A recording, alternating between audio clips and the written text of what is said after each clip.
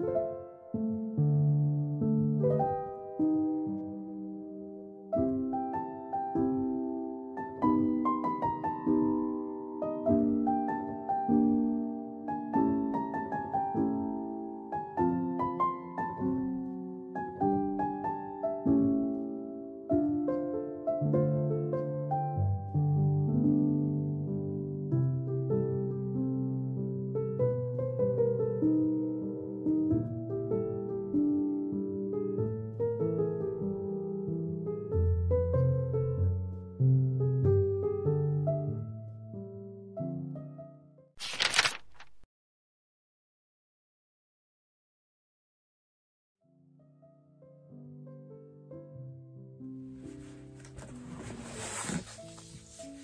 everyone, welcome back. I hope you're all doing really well. Today I am filming a very highly requested video, and that is my bookshelf slash home library tour. This video will just be about me showcasing all of the books that I own. Most of the books that I own are in this bookshelf behind me here, but truthfully I have books scattered all over my room, so I guess you could call this a house library tour as well. I have read 90% of the books displayed on my shelf here, and I only exclusively put books that I've read and loved in this bookshelf.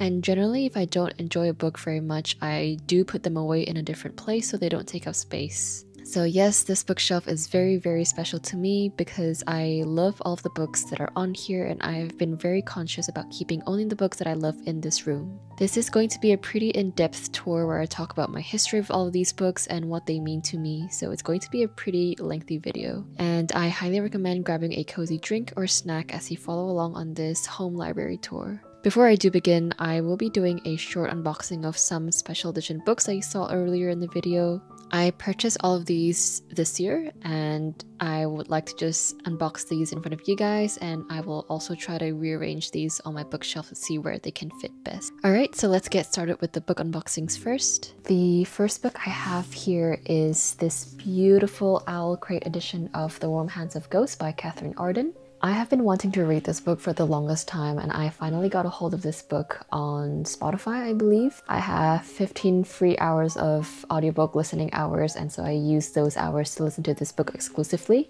and I really enjoyed the book. The audiobook was narrated by January Lavoie, who is one of my most favorite narrators ever. She also narrated the Diviner series, which I completely fell in love with. I fell completely in love with the narrator. She is so talented. She has an amazing singing voice. She does so many different impressions of different characters. Old people, young people, male, female, just anyone really. She's so incredible. So yes, this book does follow two siblings, Laura and Freddie, and Laura was told that Freddie was killed in combat, but she believes otherwise, and so this book is told in alternating POVs between Laura and Freddie as they try to uncover what happened to each other. This book was actually a little bit hard to get into at first. I thought it took a little bit of time to really get used to the world building and the narrative. It was very slow in the sense that this is definitely more character driven. It's meant to be read slowly and savored. The writing is very lyrical. It's very heartbreaking as well. Please do check trigger warnings for this. I honestly really adored how this ended, especially the last 50 pages of this really snapped me back into attention. I thought overall when I was reading this it would get a solid 3 out of 5 stars from me, but seriously, those last 50 pages made me almost bawl my eyes out. It was so incredibly touching and also just really sad and bittersweet. I loved it so much that I ended up getting a physical copy of this book. I actually saw this book in a bookstore, the beautiful paperback copy, which I'll insert a picture here, and that costed almost as much as this secondhand Owl Crate edition of The Warm Hands of Ghosts. I was lucky enough to score this beautiful edition. Someone was selling this for around $40, I believe, and I could not pass up on that offer, and she wasn't very far away from where I live as well, so I was very happy to drive up to her and purchase this book from her. I'm not sure if you guys can tell, but this cover has this beautiful, like, shiny red foiling on the flowers. I love how intricate and ornate this cover is. You have this beautiful end papers, silver foiling on the violins, and I believe it's the same on the other side as well. Yes, it's very pretty. The naked hardback has this gorgeous embossed foiling on the front. Here's what it looks like on the spine, and then on the back here it says, "The blessed forget and the damned remember." I love how elegant and simple this design is. I know the Warm Hands of Ghosts have a few special editions like the Goldsboro and Fairy Loot and Waterstones and probably some others that I've missed as well, but I personally love this Owl Crate edition. And then inside the dust jacket you also have this beautiful art of Laura and Freddie. It's stunning, and you can also flip this over so that this becomes the dust jacket of the book instead, so I thought that was a really cool touch. So this is the first book. I am very happy with this purchase, and yeah, I really wanted a physical copy right after finishing the audiobook just because I loved the story so much that I really wanted to display the story on my bookshelf. The next book I actually got back in December, I believe, but I haven't gotten the chance to showcase it on here, and that book is The Night Circus by Erin Morgenstern. If you guys don't know, The Night Circus is one of my absolute favorite books ever, of all time. I read this book back in who knows when, probably when I was in my first year of university. This book has a very special place in my heart. This is one of the very first books that I've annotated as well. This is a story about a circus that only appears at night, and it's sort of a traveling circus. And so in the story, this night circus has built such a strong reputation for itself that it's got its very own fan base called the Rêveurs, which means the dreamers. But within that story, we also follow two magicians, Celia and Marco, as they compete against each other on a deadly contest, but they also find themselves falling in love with each other slowly. Honestly, what I really love about this book is the writing and how magical the story is. All the delicious descriptions of food and the beautiful descriptions of the circus itself, all the magic and the spells and the decorations and how happy the people are to be witnessing this circus at night is just... I can literally smell and feel and hear all of the bonfire crackles and the caramel popcorns and the chocolate mice. I remember reading this for the very first time and being completely enchanted by the story and all of the amazing descriptions, and since then I have fallen in love with the book and I have always been on the hunt for the different editions, and you will see some of those editions on my bookshelf very soon. This is the gorgeous Illumicrate edition. This is what the edges look like. It's got the signature stripes, and then if you open this, it's got a letter from Erin Morgenstern with these really cute end papers. Inside the dust jacket, this is what it looks like. This is the iconic symbols for the night circus, and we've got this very unique looking spine. It says, "The circus arrives without warning. It is simply there when yesterday it is not." Yeah, so that is The Night Circus. Highly recommend this story. Highly recommend reading this when it's cold, when it's feeling like autumn or winter and you're snuggling with some blankets and you can grab a warm mug of hot chocolate while you have some sweet treat next to you. It's just the perfect book to curl up with, and I'm so excited to reread this year during the colder seasons. I've actually already reread this once and I re-annotated the book as well, which I found really, really fun to do, and I kind of want to try to re-annotate it a third time and see how that goes. Okay, so this next book I have been waiting to unbox with you guys. So it's wrapped in this Illumicrate box, and it is another Illumicrate book. Alright, so let's open this.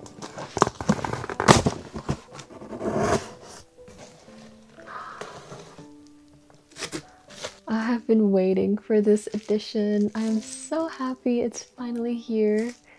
I got this secondhand as well in the same buy sell trade group on Facebook. It's an Australian-based Facebook group, and I found so many amazing books on there, and I'm so glad to have found this on there too. So let's take this out. Wow, this is even more beautiful in person. It's this gorgeous, gorgeous Illumicrate version of Water Moon by Samantha Soto Yangbao. If you guys watched my previous video, my previous videos, I have talked about Water Moon non-stop. It's one of my favorite books of this year, and I think this is the most beautiful special edition book I have ever laid my eyes on. It's so sparkly and magical. It definitely gives major Studio Ghibli vibes. It is very different to the original cover, which I love as well. But I just think this new spin that they did it reflects the story really well too. So I just love how aesthetically pleasing this is with the purples and the pinks, the foilings, and again all of the glitter and shimmer. It's so pretty. Look at this train art against the night starry backdrop. This is giving Spirited Away. This is the beautiful edges. Oh, so stunning. I am obsessed with this edition. Let's look at what this looks like inside. I love character arts, and Kei and Hana looks amazing in this. It's signed by the author as well. And let's see the other side of this is just stunning. I'm in awe. I've seen these pictures online, but in person, these just look so incredible. I'm so happy with this edition. Let's look underneath the dust jacket. Pretty with the origami cranes. It really captures the essence of the story. More cranes on the back here.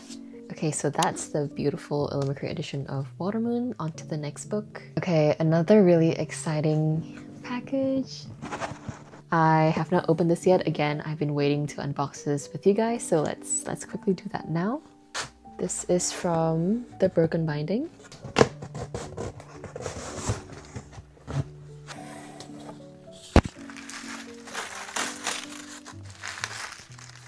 It's packaged very, very nicely and securely, which is really good to see. I'm so excited! Blood Over Whitehaven.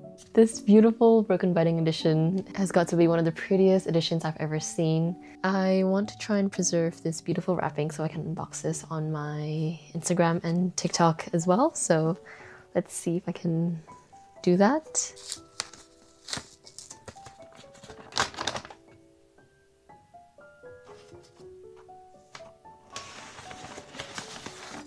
I am utterly speechless. The mock-ups were incredible, and obviously this looks even more incredible in person. I'm actually speechless. This is so pretty. Oh, I'm so happy with this. It's incredible. I love how epic this art looks, and the colors go so well with each other.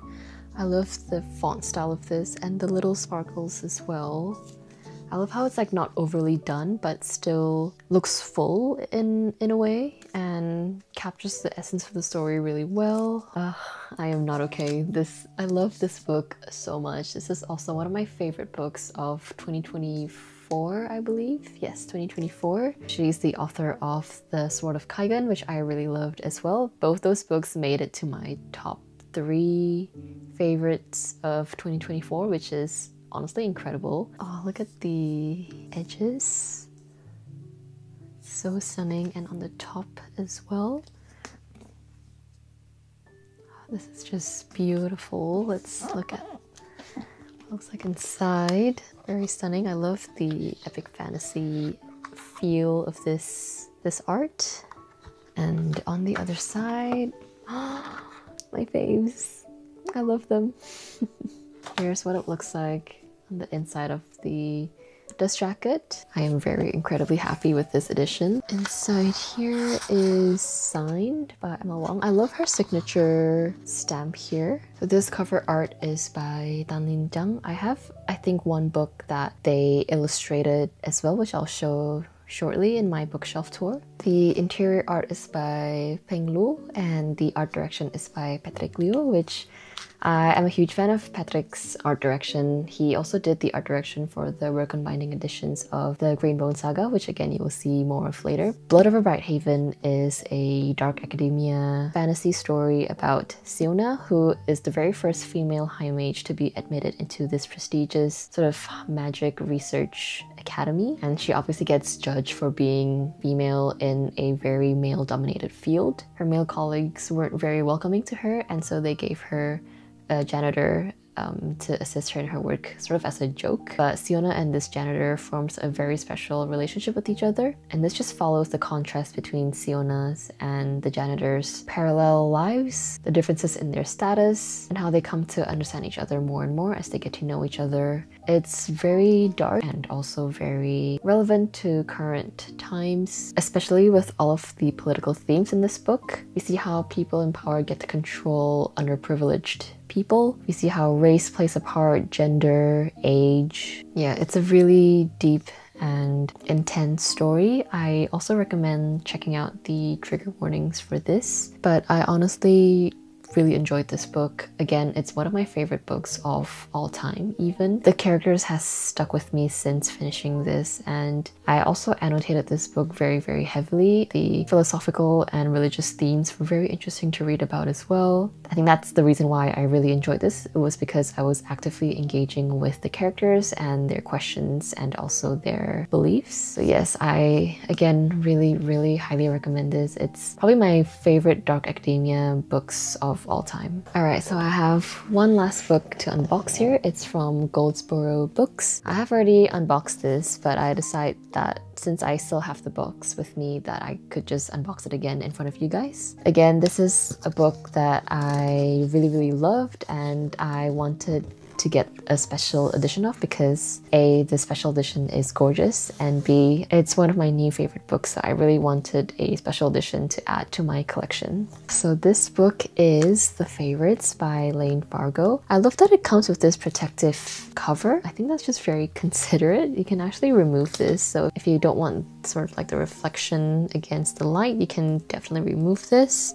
I might just keep it on for now and then remove it when I have the time, but I am happy with how it is. Look how shiny and shimmery this book is. Sequence is a pretty important part of the story, so I appreciate this design choice. I love just how dazzling this book is. Alright, we've got more sequins in here. Here's what it looks like on the inside. So yes, this super stunning Goldsboro edition of The Favorites by Lane Fargo. The Favorites was an amazing book. I devoured it in probably 2 sittings. We just follow Kat and Heath, who are ice skating enthusiasts. Kat is super driven and she wants to win all the national championships. She wants to go on to the Olympics. She wants to win the gold medal, all that stuff. And Heath also wants all of that, but he is the kind of person who would put love over career and glory. And so we just follow Kat and Heath as they navigate through their careers and relationships. It's so addicting. If you like Taylor Jenkins Reid, you will really like this.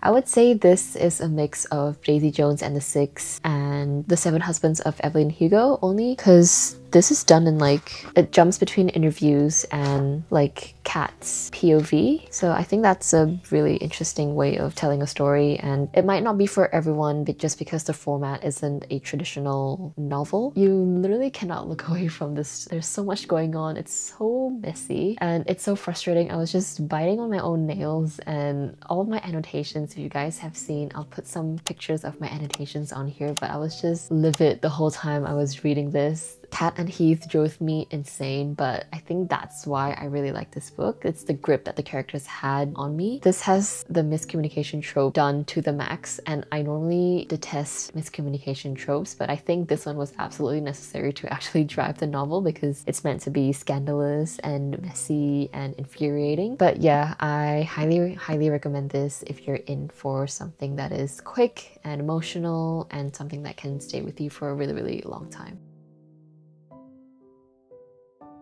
This is an overview of my bookshelf. This is the Billy bookshelf from IKEA.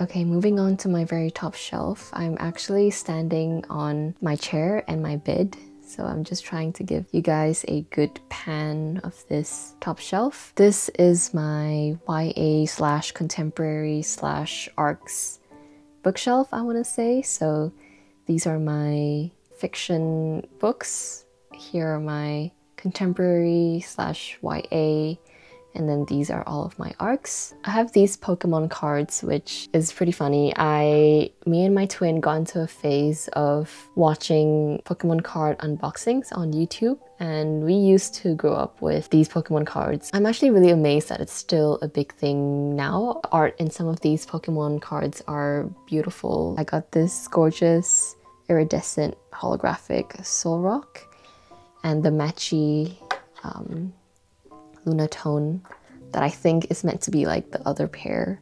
This is also very stunning. I love the art in this, and obviously the holographic shine to it. So that sits here for now. I didn't have any plans to display these, but I thought they looked really cute on my bookshelf. Okay, so here I have Carrie Soto's Back by Taylor Jenkins Reid, Malibu Rising by Taylor Jenkins Reid, The Seven Husbands of Evelyn Hugo. I really like all three of these books. I think these are also very heavily annotated. I love me some Taylor Jenkins Reid. I think Daisy Jones and the Six was my very first TJR book. This is an arc which I only just realized. I think that's very exciting. Honestly, I wish I did not annotate this, but I'm also glad that I annotated this at the same time because I had the best time reading this. It was so heart-wrenching and sweet, and it was just so emotional. I had the best time reading this. I believe my very first book was Daisy Jones and the Six, but that's my least favorite TJR book out of the 4 that I've read by her. I still liked it, but it's just not my favorite. I've given that to my cousin to read since she also really liked Taylor Jenkins Reid. I obviously really love Seven Husbands of Evelyn Hugo. I have made a few friends read this and they all really loved it as well. The sheer amount of anxiety and disbelief when I read this front to back was pretty incredible. I still had the best time reading this though. I thought this was such an impactful read. This is one of those books that's just worth all the hype that it's getting. And yeah, I'm really excited for her new book, Atmosphere, to come out this year. And then I have Tomorrow and Tomorrow and Tomorrow. I remember when Penguin reached out and was like, do you want to read this book? And I looked at the cover and I was like, yes, that looks amazing. Wow, I did not remember this having a metallic foil on the cover. It's beautiful. I also tabbed this to bits. I really enjoyed this book. I'm not sure if I've actually outgrown this, but I remember really liking this book when I read it. It was very sad. I also recommended this book to a few friends and they really enjoyed it.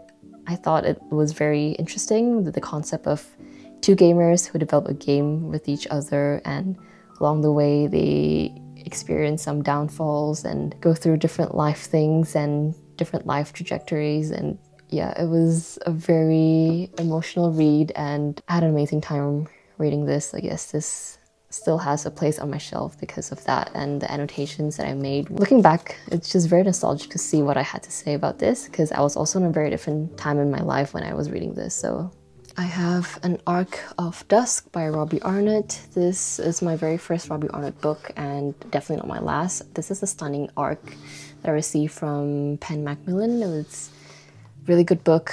It's very lyrical, follows twins, which I love. That was the one marketing point that made me go, yes, I want to read this book.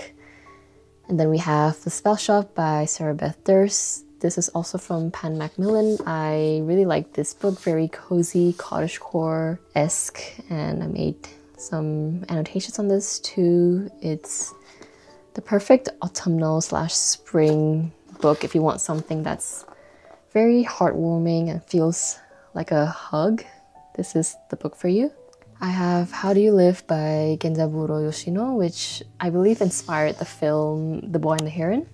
I've not watched that film yet, which is very unlike me. I'm a huge Studio Ghibli fan, and yeah, I think I'm just waiting for the right time to watch that film. I hear it's incredible, so hopefully I'll get around to that very soon. But yes, this is the book. I've had a few annotations on this as well. I really like this one. It's pretty juvenile and it's a classic coming of age story, so it's very sweet and feels a bit nostalgic. But yes, that's How Do You Live. And then I have Turtles All the Way Down by John Green. I found this at a sale at Dimmicks at one stage, and I believe there's also a film that's been adapted. I wanted to watch that for a while now. I just totally forgot about it, but yes, I enjoyed reading this. This just reminds me of my high school era, even though I read this when I was in uni. We have my Francesca Zappia books. I love Eliza and Her Monsters so much. It's about like this girl who writes, I think, fan fiction or comics or something like that. She goes to this school where there's this new kid who turns out to be the biggest fan of her comic, and no one knows that she is the author of that comic. So it's just sort of, it's really cute and very original and unique, but also really dark and sad at times. So I would suggest checking out trigger warnings for this, because it's not as, it is fluffy, but also deals with very important themes such as suicide and self-harm. I remember I received this book as a birthday from my mom and my twin. Back when I was still living in Indonesia, it was hard to find hardback books like these, especially when this was still a new release. They pre-ordered the book all the way from Singapore, and I just remember being so shocked and surprised when I opened this. It was one of my most anticipated reads of I don't even know how long ago that was, but 2017 or 2018, maybe even longer than that. I remember, yes, I just remembered how excited I was to unbox this. And yes, this will always have a special place in my heart and in my bookshelf. Made You Up, this is the hardback and this is the paperback. Originally read the paperback version and really loved it. This was the book that made me a Francesca Zappia fan and eventually led me to Eliza and Her Monsters. This was also the very first book that I have ever annotated. Let me show you guys a few of what those annotations look like.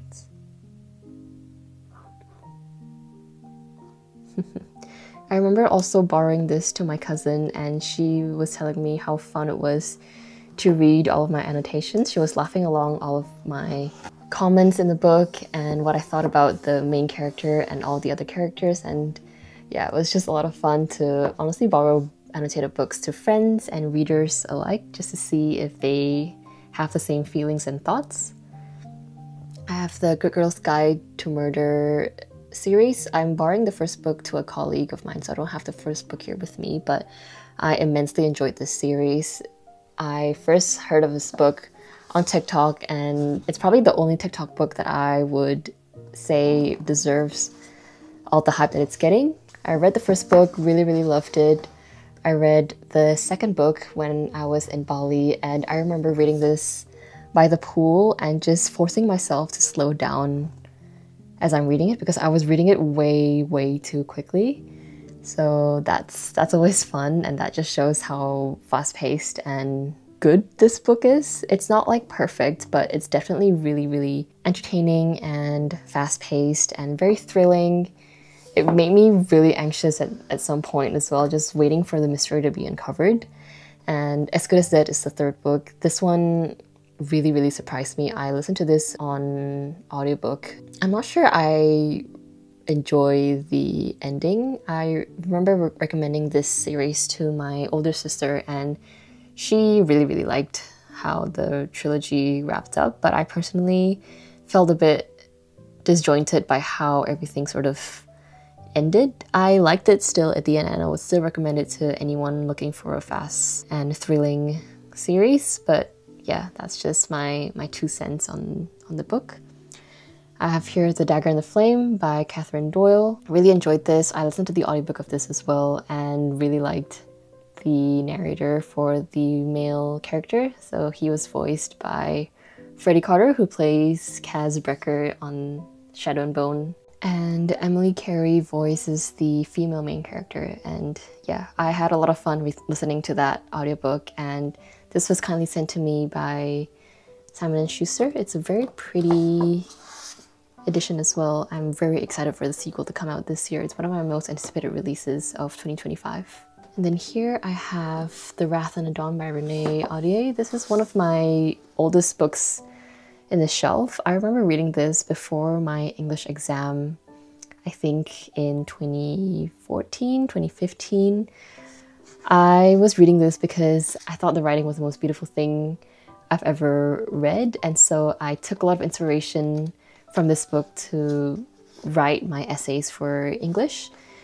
I love this book. I still haven't gone around to the sequel, and I'm not sure if I will ever go around to it because I would have to reread this book, and I'm kind of scared to reread this now as a 25-year-old because I'm just scared that I won't enjoy it as much as I did back when I was a teenager reading this. So I've just left it as that, and my memory of this is still very positive, and I don't really want to change that, but maybe I will gear up the courage to reread this and potentially pick up the sequel sometime in the future. Of course, we have the arc of Watermoon. I remember when Del Rey reached out to me when they told me they wanted to send me this, and I was like, big yes. It's one of my most anticipated reads of 2025. I could not pass up on the offer.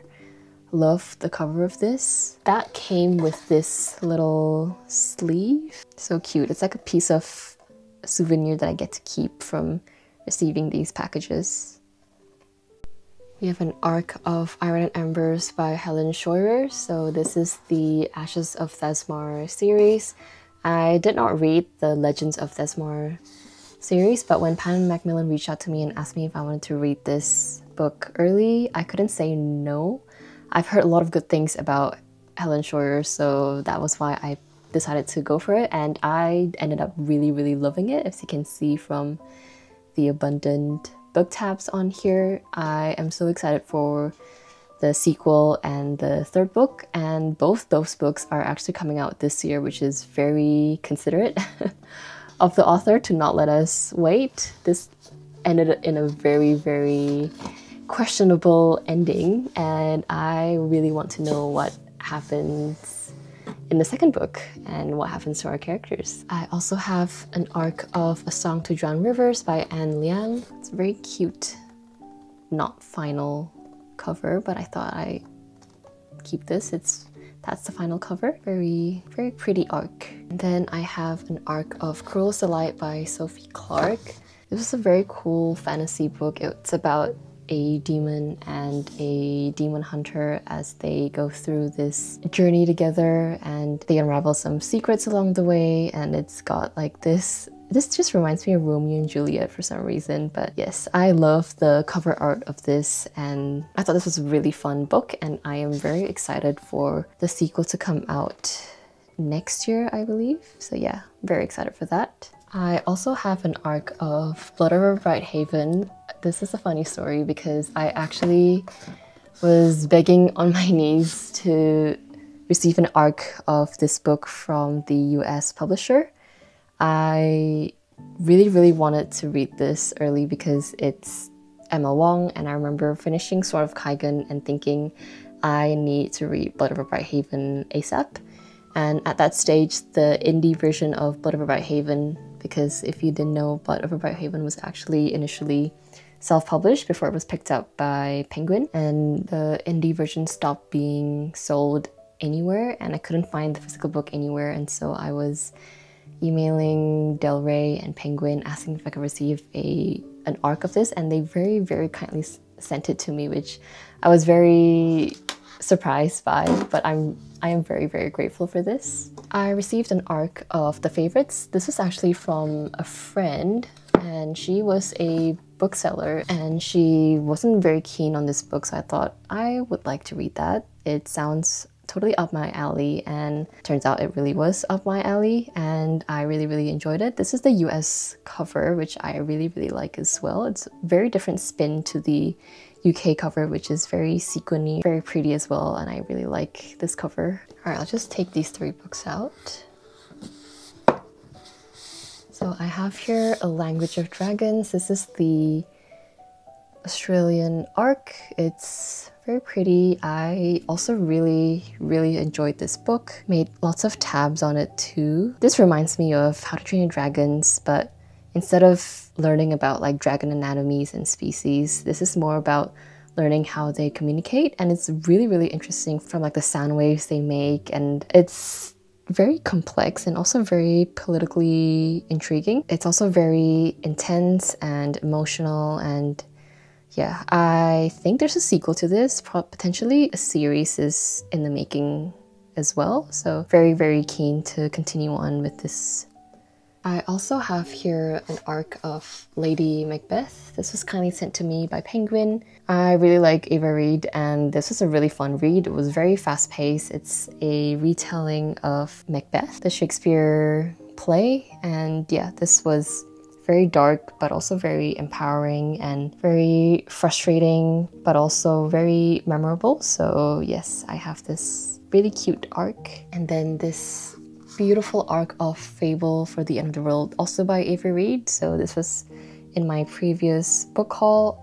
This is also from Penguin, and yes, this is sort of a 2010 dystopian-esque story. It's kind of like The Hunger Games. And yeah, this was also very fast-paced, classic Ava Reid, where you can't stop turning those pages. And yes, this was very fun, very entertaining. And then just up here we have The Anthropocene Reviewed by John Green. This is nonfiction, which is very unlike me. I don't normally read nonfiction, but I heard a lot of good things about this book when I picked it up, and so I decided to read it, and I really, really enjoyed it. I had lots of thoughts, as you can see from my tabs.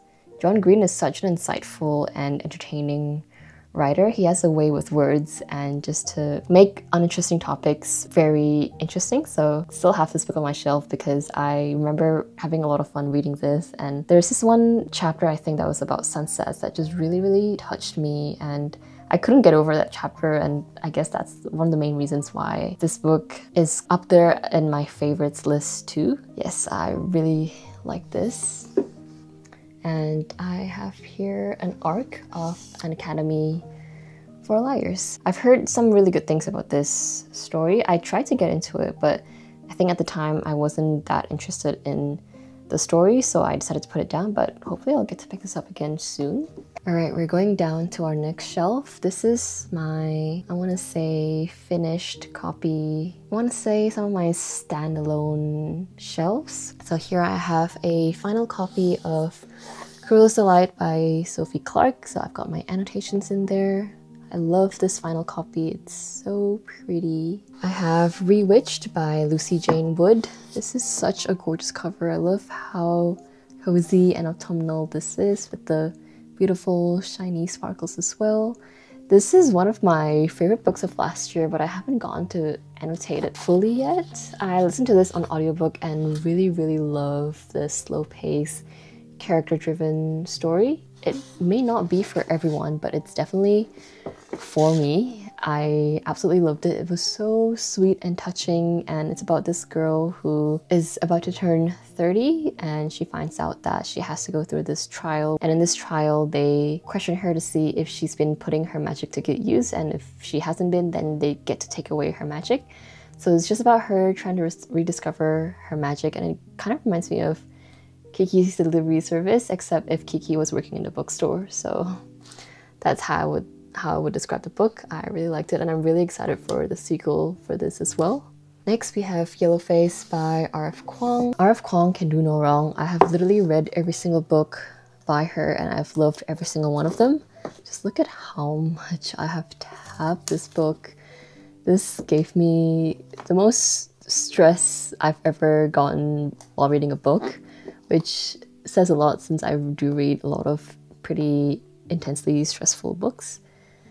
And as the title gives it away, it's about this girl who sort of steals the story of an Asian writer and puts it out as her own. And so it goes through topics of yellowface and racism and prejudice, and also the dark elements of the publishing industry that we don't see very often in the limelight. So it was a very interesting book. Next we have The Night Circus on here. This is the very first copy that I've ever read. You can see how broken the spine is and how much I have tabbed this. I believe the yellow tabs are my old annotations and the colored ones are my second annotations. I have a little flip through here.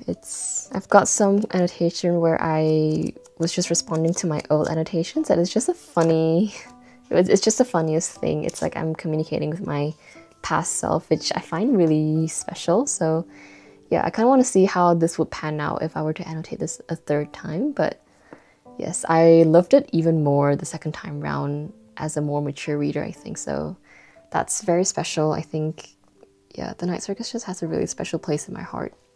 And then we have The Sword of Kaigan by Emma Wong. So this is the self-published edition. You can see that I've annotated about a third of the book, and I read the rest of this as an audiobook. The narrator was incredible. He got me hooked to the story the whole time, and because of him, this book is now one of my favorite fantasy books of all time. It's a standalone military fantasy novel that follows a mother, and we see her in her past, her present, and how she sort of navigates through her current marriage, having kids, with having to suppress what she was, what she's always been. But yes, it's incredible. Emma Wong is an incredible writer. She is so descriptive and sharp with her writing. I think she is one of my favorite new fantasy authors of all time. It's also incredibly heartbreaking, and all the trigger warnings, please look them up. There are a lot for this book. And then I have these two Ali Hazelwood arcs. These were very kindly sent to me by Hachette. So we have Deep End. As you can see, I have annotated this as well. This is personalized to me, which is very, very sweet. And I also have Not in Love by Ali Hazelwood, which I also really enjoyed. I really enjoy Ali Hazelwood for her writing and her STEM representation. I'm not a big smut or romance reader, so I don't really read her books for that, even though I know she is popular for that. But I just really, really like her writing and her characters, and also, again, the STEM rep in this. I feel very seen by her, and knowing that the fact that Ali Hazelwood's also in STEM is just the cherry on top. I'm just so in awe of Ali Hazelwood being a STEM girly and also best-selling romance author. It's just very inspiring to me, which I love to see. And then I have this beautiful arc of Daughter of Chaos by A.S. Webb. This was kindly sent to me by Penguin. It's got this beautiful gold foiling, this quote at the front. I really enjoyed this one. I've also annotated this. You can see that I've tried to annotate my books with colors that match the cover. I just think it's very aesthetically pleasing. But yes, I really enjoyed this. If you like Greek mythology retellings, you will enjoy this. And of course, I have my Poppy War trilogy by R.F. Kuang. I cannot recommend this series enough. This is another military fantasy series. Please look up trigger warnings for this book because there are plenty. But if you are fine with the trigger warnings, please read these books. They are 100% worth the hype. I think I love the second book. As you can see, the second book wrecked me. I don't think I've been as heartbroken reading the ending of this. I kind of wish I could read this again for the first time. It was pretty life-changing, I have to be honest. I think at that stage I realized that R.F. Kuang is a favorite author of mine. And then we have The Burning God, of course. I have also annotated this one. The Burning God wasn't my favorite in the series. I preferred the first and the second book, but I still overall really, really enjoyed this series and highly recommend them. And then we have The Ember Owl by Juliette Marillier. This is an arc. You might have seen me talk about this book in my previous videos. I love this book, you can see from my annotations as well, and this made me want to read more of Juliette Marillier's other books. It's a very soft and gentle story about a girl called Stasia, as she has this deep connection with nature and animals, and her village is being infiltrated by these soldiers who want to hack away through a forest to get to their resources. And so it's just the story of Stasia as she tries to fight the fight between man and nature. Very, very beautifully written, very meaningful and poetic. Juliette Marillier is such an amazing author, and I am excited to read more of her work. Then we have A River Enchanted by Rebecca Ross. This is the first in the Elements of Cadence duology. I am actually listening to the audiobook of A Fire Endless, and I am loving it so much. I'm so glad I got the physical copies of these books. They are so Stunning. I love the blue and the purple and the shimmery gold. And up here we have an arc of Our Infinite Fates by Laura Stephen. I recently finished this and I gave it 4 out of 5 stars. It's an incredible book as well. If you like The Invisible Life of Addie LaRue, if you like stories with love that spans over a lifetime, over a decade, over years, that sort of stuff, I highly recommend this. It's very magical and poetic and very, very heartbreaking in some ways, but also really bittersweet. I really like Laura Stephen's writing. I think she's very natural in the way she writes, which makes it really easy for me to read her books. So yes, this flowed really well, and I'm excited to read her adult book coming out this year, which is called Silver Cloak. And then we have this beautiful edition of If We Were Villains by Emma Rio. I don't know which, oh, it's the 5th anniversary edition signed by the author, so it's got like pretty end papers and it's got like some illustrations in the book as well, which is the reason why I bought this. So I got this secondhand for a really good price on Depop, and I couldn't pass up on the offer to purchase this, and I'm very glad that I did. I love the illustrations. It's seriously giving Dark Academia, which I love. And this is what it looks like on the inside. Very cool. I guess you would say this is a thriller. We follow talented theater students and we see sort of how the characters that they play on and off stage bleeds into their actual lives. We have the hero and the tyrant, the seductress, and the villain. So you kind of piece together what really happened between these friends and how the murder sort of happens. And yeah, that's all I will say. I love this. I actually have another edition of this coming to me, so hopefully I'll be able to share that soon. And then I have the beautiful World of the Narrows trilogy. This is the bookish box edition.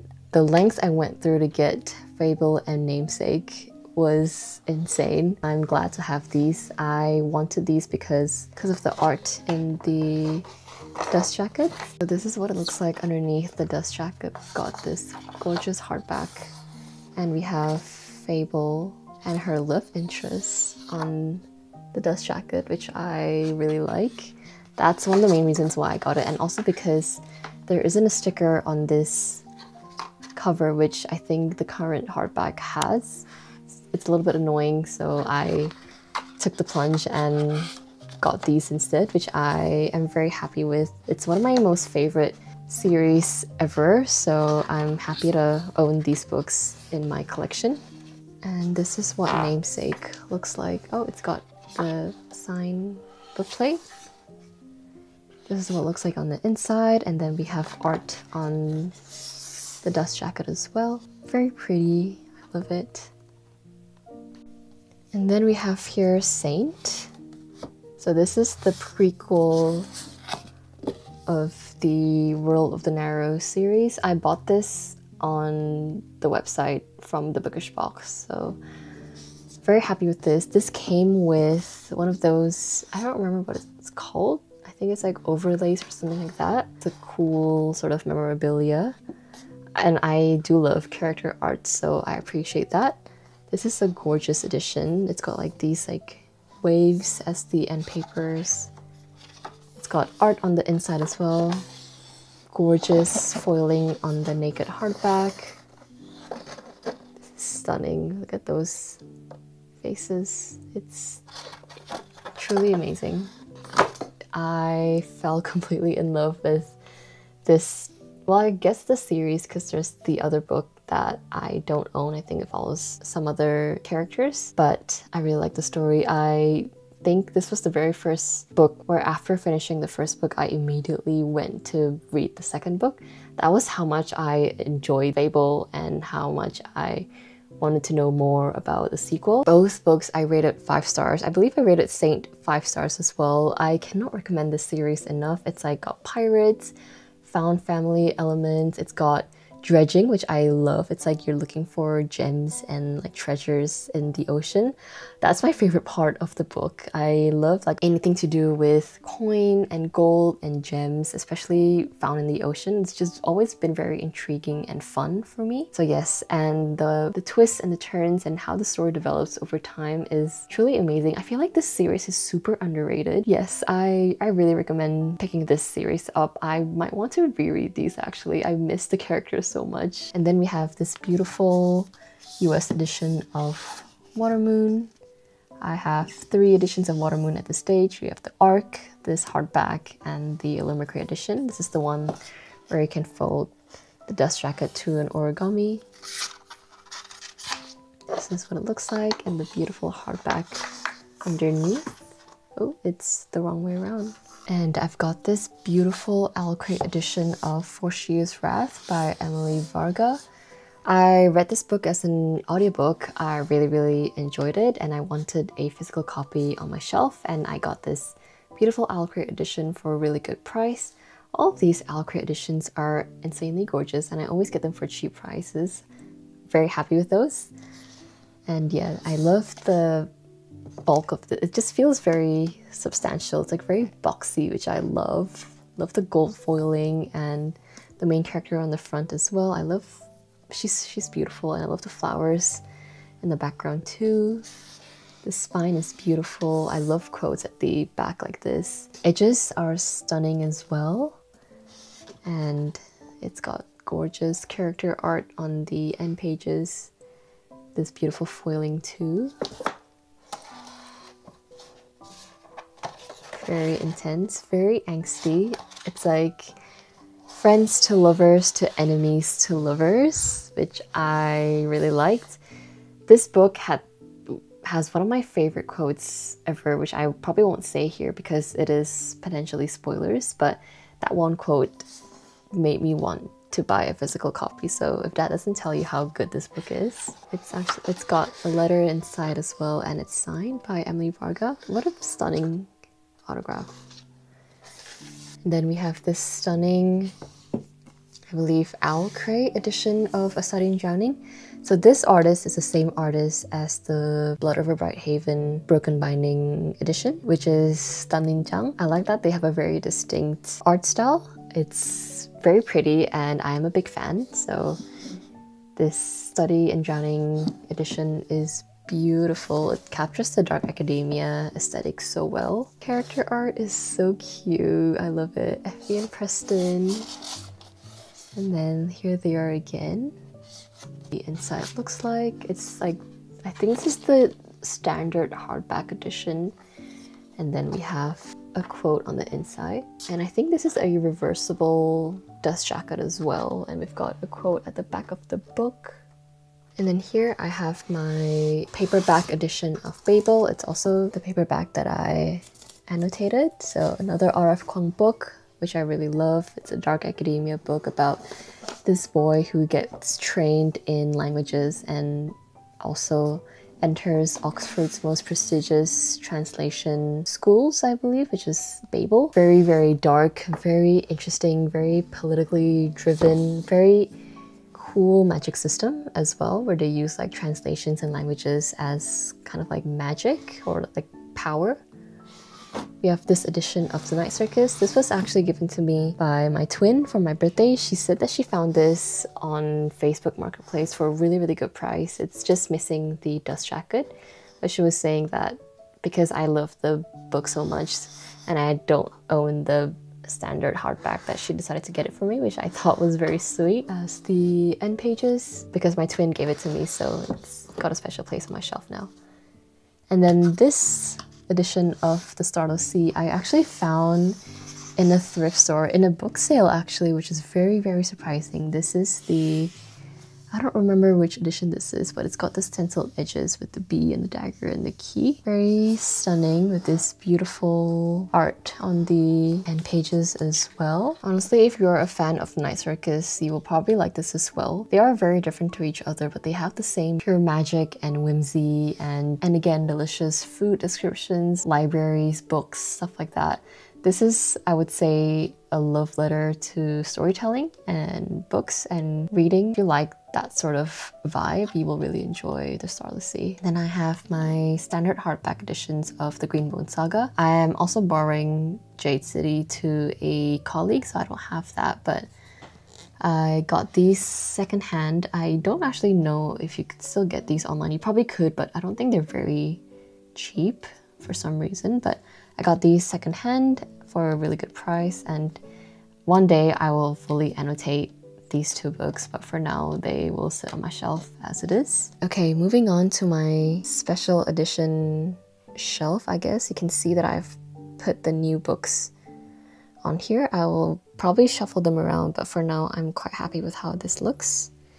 So we have The Warm Hands of Ghosts, and we have this hardback Arc of the Familiar. This was a very big surprise to me when I received it from Penguin. I did not expect this to be coming my way, and so when I opened the package, you could just imagine how surprised I was to see this. This was one of my most anticipated reads of the year that this was out. I think it was in 2023. This is actually a numbered arc as well, which is very interesting and very cool. So yes, this is one of my most prized possessions. I really enjoyed The Familiar. You can never really go wrong with Leigh Bardugo. And then I have my Fairy Loot editions of Spells for Forgetting and The Unmaking of June Farrow. I am waiting for the Fairy Loot edition of A Sea of Unspoken Things to drop. I recently finished A Sea of Unspoken Things and really loved it. I think I would put Unmaking of June Farrow as my first preference, and then A Sea of Unspoken Things, and then probably Spells for Forgetting. I do love all three of them very much, but now that I think about it, I think I actually prefer A Sea of Unspoken Things over the Unmaking of June Farrow, which says a lot because I love the Unmaking of June Farrow. Adrian Young is really good at those small town vibe stories, especially with like a thriller at the heart of it all and like a mystery. And the romance in these books, I don't know how to explain them, but they're very satisfying. It isn't really about like the yearning, or there's nothing really spicy about her books either, but the romance in these books follow people who have loved each other and then they split ways and now they're back and they don't really know how to feel for each other. So I kind of like that dynamic between her characters. I think it's very satisfying and fulfilling to see them kind of get together at the end and how they rekindle their relationship with each other. And I like that they aren't plot devices in her books, and they are actually meaningful and important in her stories. So I really appreciate that. And I have this Owl Crate edition of The Unmaking of June Farrow. I love this art. I think it's very comical in a way, but I am obsessed with the colors and the typography and also the flowers everywhere. It's stunning. Here's what the art looks like. This is such a beautifully done special edition. I feel like so much work went into this. This hardback is so stunning. And then of course we have these beautiful broken binding editions of the Greenbone Saga. They have some of the most stunning art ever. I think all of the artists that worked on this did a really good job. I love the depictions of the characters and how it all matches with the vibe of the story, the gritty and dark aesthetic of Janlun. I think they captured it really well. These books, they are my favorite books of all time. I would say my favorite trilogy of all time even. The grip that these books have on me is pretty crazy. I don't think a day has passed where I don't think of the characters. I remember reading Jade Legacy when I was in Bali.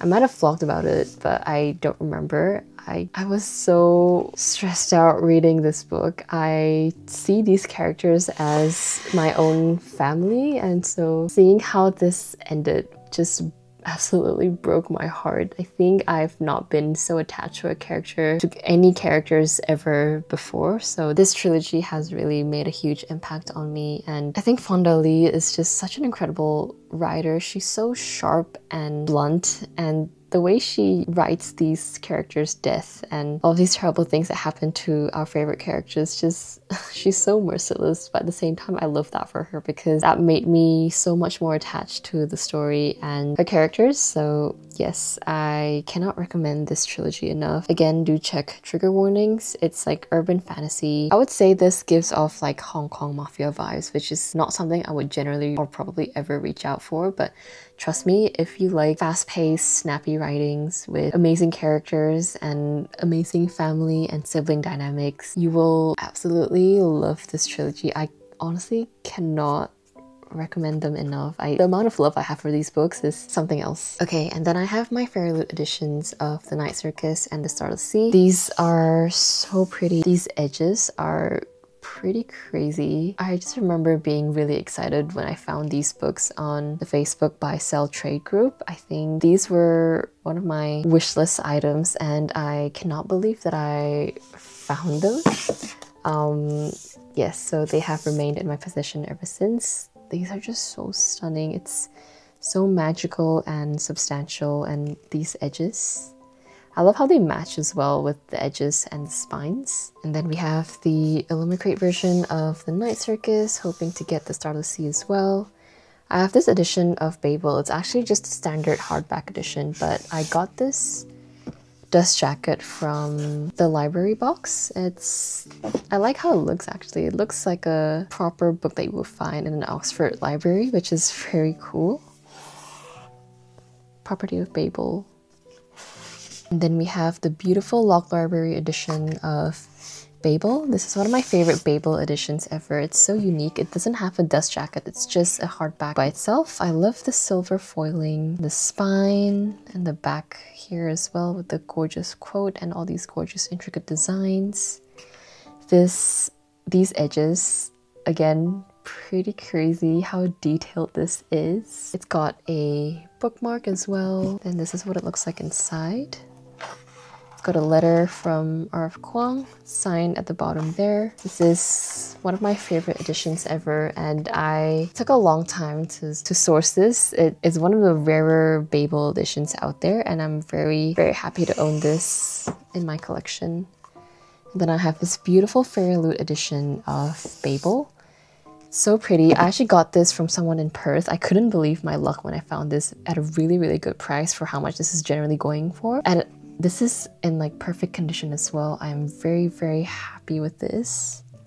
I love how luxe this looks, and these edges again. Honestly, these book boxes go all out with their edges. I am honestly in awe and so impressed with the amount of effort these would probably have taken. This is what it looks like on the inside with the character art.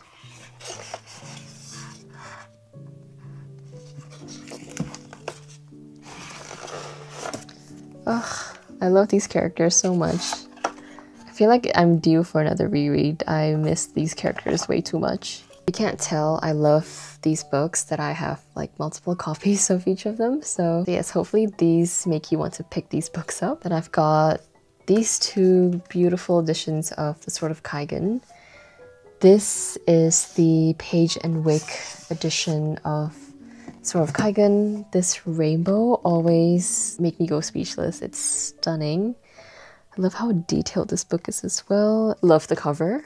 I love the spine as well. It's such a big book. And oh yes, the edges here with the rainbow is also very, very pretty. And on the inside here as well. And then this beautiful foiling inside the dust jacket is it's so stunning. It's such a special, this is what you would call a special edition. Everything about it is just so carefully done. It looks like there's so much thought that went into this design, and I'm so grateful to have this in my collection. It was a pretty surreal experience to queue and wait in line to get this book. I remember it was Page and Wick's second sale for this, I believe, and I was like 90th in line or something like that, which is I think pretty short in the grand scheme of things, but I was stressed out. It was my very first time waiting in a queue to buy a book, so that was very anxiety inducing, but I'm really glad that I got it, and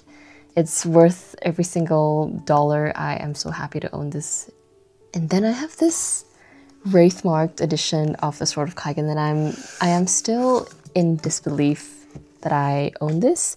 So a story on how I got this, I put a comment in a thread saying that I'm looking for this book. And then I put up another post on different buy, sell, trade books internationally as well, just so I can increase my chances of finding this book. And I received a few comments telling me that it's super hard to find this book, it's super expensive. Some people would take months to get this, and even then it would cost an arm and a leg. So it is very known to be super expensive and super hard to find. So you could just imagine my disbelief when someone actually replied to my comment, I think not even a few hours later, telling me that they have this on sale. So I think this person might not have been a fan of the Sword of Kaigen, or maybe she just wanted to declutter her shelf and didn't mind selling this at a low price, because for what it's actually worth, she did sell it at a really low price to me. So from memory, I think this was around $150 Australian, including shipping. So that isn't cheap in general for a book or even a special edition, but considering how hard it is to find this book, I think $150 was very, very worth it. And yeah, I just could not believe it. I think I went to update my posts in the international buy sell trade group saying that I found this and was looking for another book instead, and someone actually commented asking me how I found this book so quickly, and that she was saying that it took her I think 6 months or maybe even a year to find this book, and even then she had to pay a really high price for it. I told her how much I paid for it, and she was also in disbelief just like I am, and she told me to never let go of this book and to cherish it, which I do very much, so I'm very grateful for this. Alright, next we have the Cemetery of Forgotten Books shelf. So if you guys don't know, this series is one of my absolute favorite series ever. The Shadow of the Wind is probably the one book that you guys know of from this author, which is ruiz.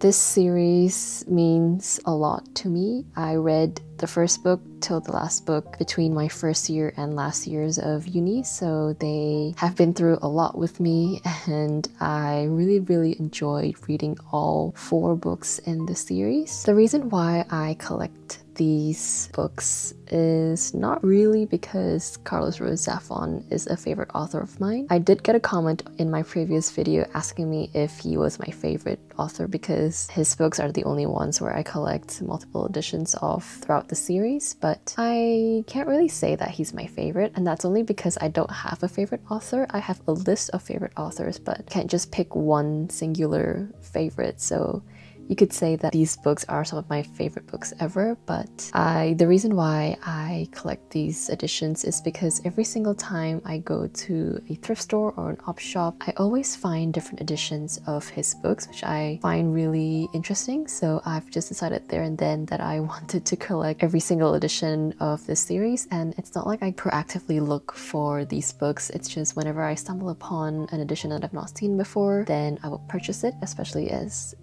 most of them are easily found secondhand. I thought that would be a valid reason to collect his books. So I'll just start from the right side here. This is actually a book nook that I built I think a year and a half ago. Funnily enough, I remember building this for I think 3 nights in a row, and I was listening to Fable and Namesake by Adrian Young on audiobook while I was building this cozy little book nook. So I thought that was very interesting. That sort of unlocked a memory in me, and yeah, I remember having so much fun building this. It was such a cozy time. I will actually turn this on. It's battery powered, so I'll show you guys. So this is what it looks like. I'm pretty proud of how this turned out. It's not perfect, but I like how eclectic it looks, how messy it is, and all the amazing details in this are just incredible. This one is called Grandfather's Antique Store, and it's from the brand Cute Bee. I will leave a link to their store below, and I have an affiliate link as well if you want a discount on your purchase. But yeah, I think this is a very cool bookish activity. I think this will also make a really great gift for your reader friends, and yeah, it's something that you could work on with your family and friends. So yeah, that's my little cozy book nook. And then this is my arc of The Shadow of the Wind. This is such an incredible find. I actually found this in a thrift store and I could not pass up on the offer to grab it. I know proof copies aren't sellable. I honestly really couldn't pass up on this. It's going to remain in my collection forever and ever.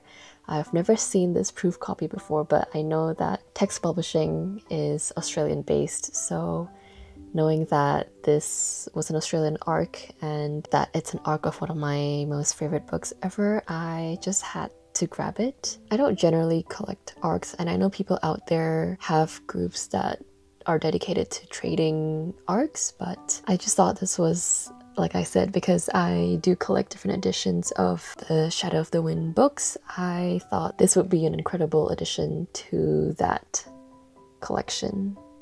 So yes, I am very incredibly happy with this. I'll quickly skim this part just because they are all the same books, but this is not put in order, so I think I've just ordered them based off height. So we have The Prisoner of Heaven, which is the third book in the series. I think my favorite book in the series is probably, it has to be the last book or the first book or maybe the third book. So The Prisoner of Heaven is the third book in the series. It's relatively short and it follows my favorite character ever, Frumin, in this story. So that's the reason why I really like this book. And yeah, it's a standard hardback and I'm not sure if there's anything underneath the dust jacket. No, it's just this gorgeous brown color. And then we have Marina. This isn't a part of the Shadow of the Wind series. It's a standalone and it is, I believe, a YA book that Carlos Ruiz Zafon wrote. I really like this. It is more on the younger side of things, so the writing definitely isn't like you would see in his Shadow of the Wind series. Since this series is more adult, this one leans towards maybe young adults and teenagers, but I did end up really enjoying it and I still tabbed a bunch of phrases in this book. It's giving like gothic, and it's got the same gothic and thriller aspects of just like his Shadow of the Wind books, but again leans more towards younger readers. This one I believe is a spin-off of the Shadow of the Wind series. This came out pretty recently, I think this came out in 2021, and I remember being super excited for a new Carlos Ruiz Zafon book. This was also really good. As you can see, I annotated this a bunch, and yeah, I wanted more from each story. I love that it still followed the same sort of gothic atmosphere that I loved and enjoyed in the Shadow of the Wind books. So yes, I just wish this was a lot longer. I could read anything by Carlos Ruiz Zafon, especially if it's set in this world of the Shadow of the Wind. Then I've got this hardback of the Shadow of the Wind. I believe this is the first edition book. And I've got the paperback of The Labyrinth of the Spirits. Maybe this is my favorite book in the series. This is the last book and it is huge. I remember reading this in my final year of university and just, I absolutely flew through this and I really did not want to read this quickly. It was just so good. I wanted to just be immersed in this world for as long as I could. I really took my time to savor it and I still read it really quickly in my opinion, and I would have loved to just come back to this world and be amongst the characters again. The mystery in this and the pacing and how everything wrapped up, it was so emotional and so amazingly done.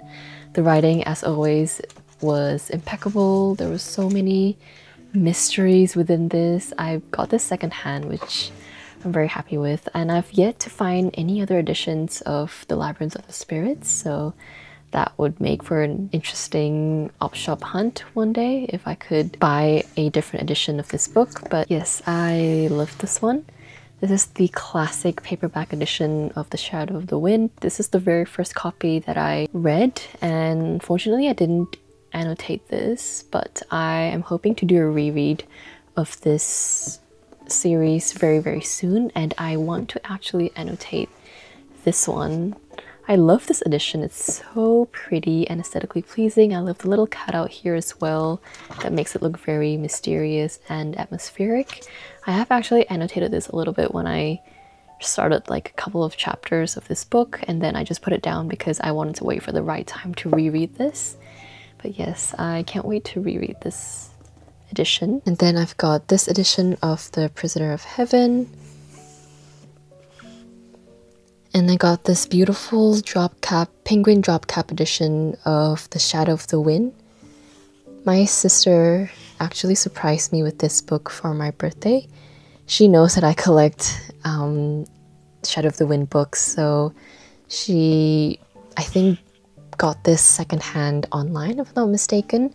She was very happy to find this for me because she was telling me that Penguin Drop Cap's editions aren't cheap, so the fact that she found this so close to our birthday and for a really good price made her really happy and excited for me to receive it. And we also have this edition of The Shadow of the Wind. I love this cover as well. I love that it's somewhat floppy and it matches a few other of my Shadow of the Wind books.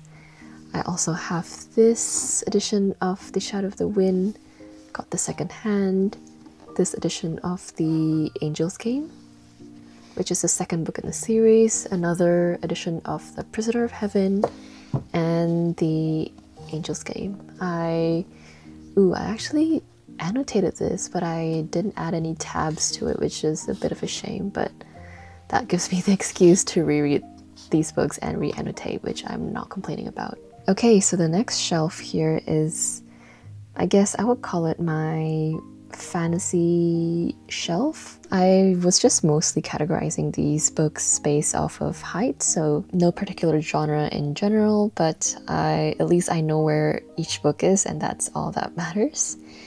So I'll start with this top here. It's a finished copy of The Amber Owl.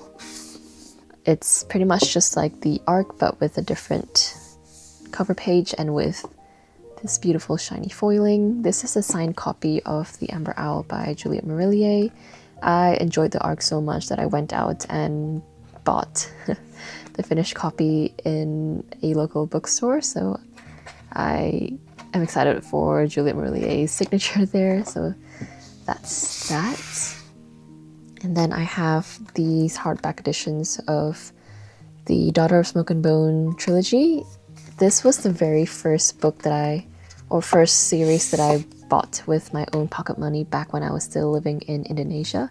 So imported English books like these are super hard to come by at the time in Indonesia. I think it's still pretty hard to come by, and books there are still really expensive, but yes, back then it was even more expensive for what it was. And I remember splurging on this box set. I sadly don't have the box anymore, but yes, I splurged on this box set for I think $70 for all three of them, including shipping, which is probably nothing to a lot of people nowadays, but back then it was a lot of money for 15-year-old me. Spent a long time saving up for these books. I knew I wanted to read these, and hardback books back then to me were like treasures, and so I was very happy with having this in my bookshelf at the time, and I have since then read this and loved it. So I think I have annotated the first book. I've only just dog-eared the first book, and I think I did annotate all three books. I just did not tab them, which is a bit of a shame again, but yes, this just brings back memories. I really loved this trilogy. It's super underrated, and funnily enough, when I first picked up Daughter of Smoke and Bone, I actually didn't enjoy it, and I think it's because I wasn't in the right mindset to read it. So I gave it, I think, a 3 out of 5 stars or 2 out of 5 stars or something along those lines. And then maybe a year or two later, I decided to pick it up again because I wanted to continue with the series.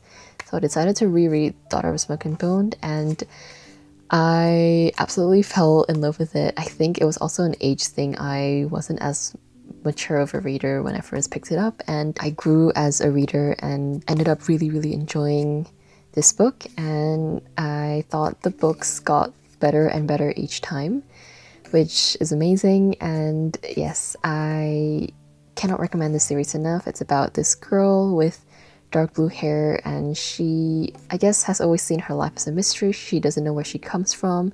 Her guardian are these chimeras, so they are like this hybrid monster slash humans, I guess, like half human, half monsters. And then there's an angel involved, there's a devil involved, and I just love these books for how beautiful the writing is, very lyrical. Laini Taylor is such an incredible author. She also creates these amazing characters, and her books are so incredibly heart-wrenching. I always almost have to take a moment to close the book and just breathe for a little bit before I continue, because some of these scenes are just so hard to take in, and they're so frustrating and emotionally triggering, which I like and don't like in books, just because they can be quite hard to handle. But I do appreciate how daring Laini Taylor is and how bold she is with putting out stories like these. So I love these books and I cannot recommend them enough. You don't have to be a teenager to enjoy this. I would enjoy this as an adult. I think her writing is super mature and can be appreciated by anyone of all ages. Strange the Dreamer and Muse of Nightmares is another one of Laini Taylor's books. It's a duology. This is also very dreamy, very magical. It's a little bit hard to describe what this book is about. It's got a lost city involved, mysteries, and then romance ensues when Laszlo, who is the main character in this book, he meets this blue-skinned girl who comes into his dreams pretty often. And yes, I think I'll just leave it at that. It's an incredible book. I listened to this series on audiobook, and again, I always seem to regret listening to beautiful books on audiobook, because on one hand, while I do appreciate how it's so beautifully done by the narrator, I always miss out the chance to annotate these books. I think Muse of Nightmares was the only book where I listened to the audiobook and I loved it so much that I actually went back and sort of read it so I can annotate my favorite parts. I could not let go of the story after I finished the audiobook, so I decided to actually go back and annotate my favorite bits. I don't have a set way of actually going back to my audiobooks and annotating them. I just literally skim read them and try to remember which parts really affected me and just annotate from there. And yes, I highly recommend this duology as well. Okay, so the next book is A Song to Drown Rivers by Anne Liang. This is a story about the legend of Sishu, who is a trained double spy concubine. So she gets trained to become this double spy, I guess, and she disguises herself as a concubine to infiltrate the enemy kingdom and to seduce the king. And so in a way, they want to destroy the kingdom from within. This was a really good book. It was really heartbreaking and classic Anne Liang. I thought this was very fast-paced. I really enjoyed reading about the characters. I loved one of the characters here, which I will not name because potential spoilers, but I miss that character very dearly. And then we have this hardback copy of The Language of Thorns. This was also one of my birthday gifts. Oh, actually, this was a birthday gift alongside Eliza and Her Monsters. So yes, I believe I was, I want to say 18 or 19 years old when I got The Language of Thorns and Eliza and Her Monsters as my birthday gift. So you can imagine how excited I was to unbox not just one but two hardback copies of my anticipated books of that year. And I was very grateful and again in disbelief that my sister and my mom would actually go out of their way to order these books for me from a different country because we can't get them where we lived. And yes, I loved it and I loved every moment of this. I tried to annotate it without actually marking up the book, so I used these cutesy little book tabs. Classic to Leigh Bardugo, she writes very magical stories, and this is a collection of short stories that have some fairy tale connotations to them, I believe. So I love the illustrations in this as well, in that the further the story progresses, the more elaborate the illustrations get, so I thought that was a very unique sort of design to the story, and that really enhanced my reading experience, and I loved it so much. I think I'm due for a reread for so many of these books, because I read a lot of these books back when I was still really young, so I really want to see if my feelings have changed or not by rereading these. And then we have the Six of Crows duology, some of my all-time favorite duologies ever. I thought that Six of Crows was incredible, especially the characters. I don't think I have stopped thinking about these characters since I finished reading this book, I think 7 or 8 years ago, which is pretty insane to me, but I cannot get over the crows. This is like fantasy heist with an amazing band of characters. You will fall in love with every one of them, I promise you that. Six of Crows is well worth the hype. I think it's a book talk trendy book, which I completely can agree with. This is just full of heart, and it's also dark and very fast-paced, very meaningful kind of book that truly sticks with you forever. But if you thought Six of Crows was good, Crooked Kingdom is something else. It's just incredible. You can see how much I've annotated this as well. Crooked Kingdom broke and healed me at the same time. I cannot really decipher how... It's hard to describe my feelings for this book just because of how insanely real these characters feel.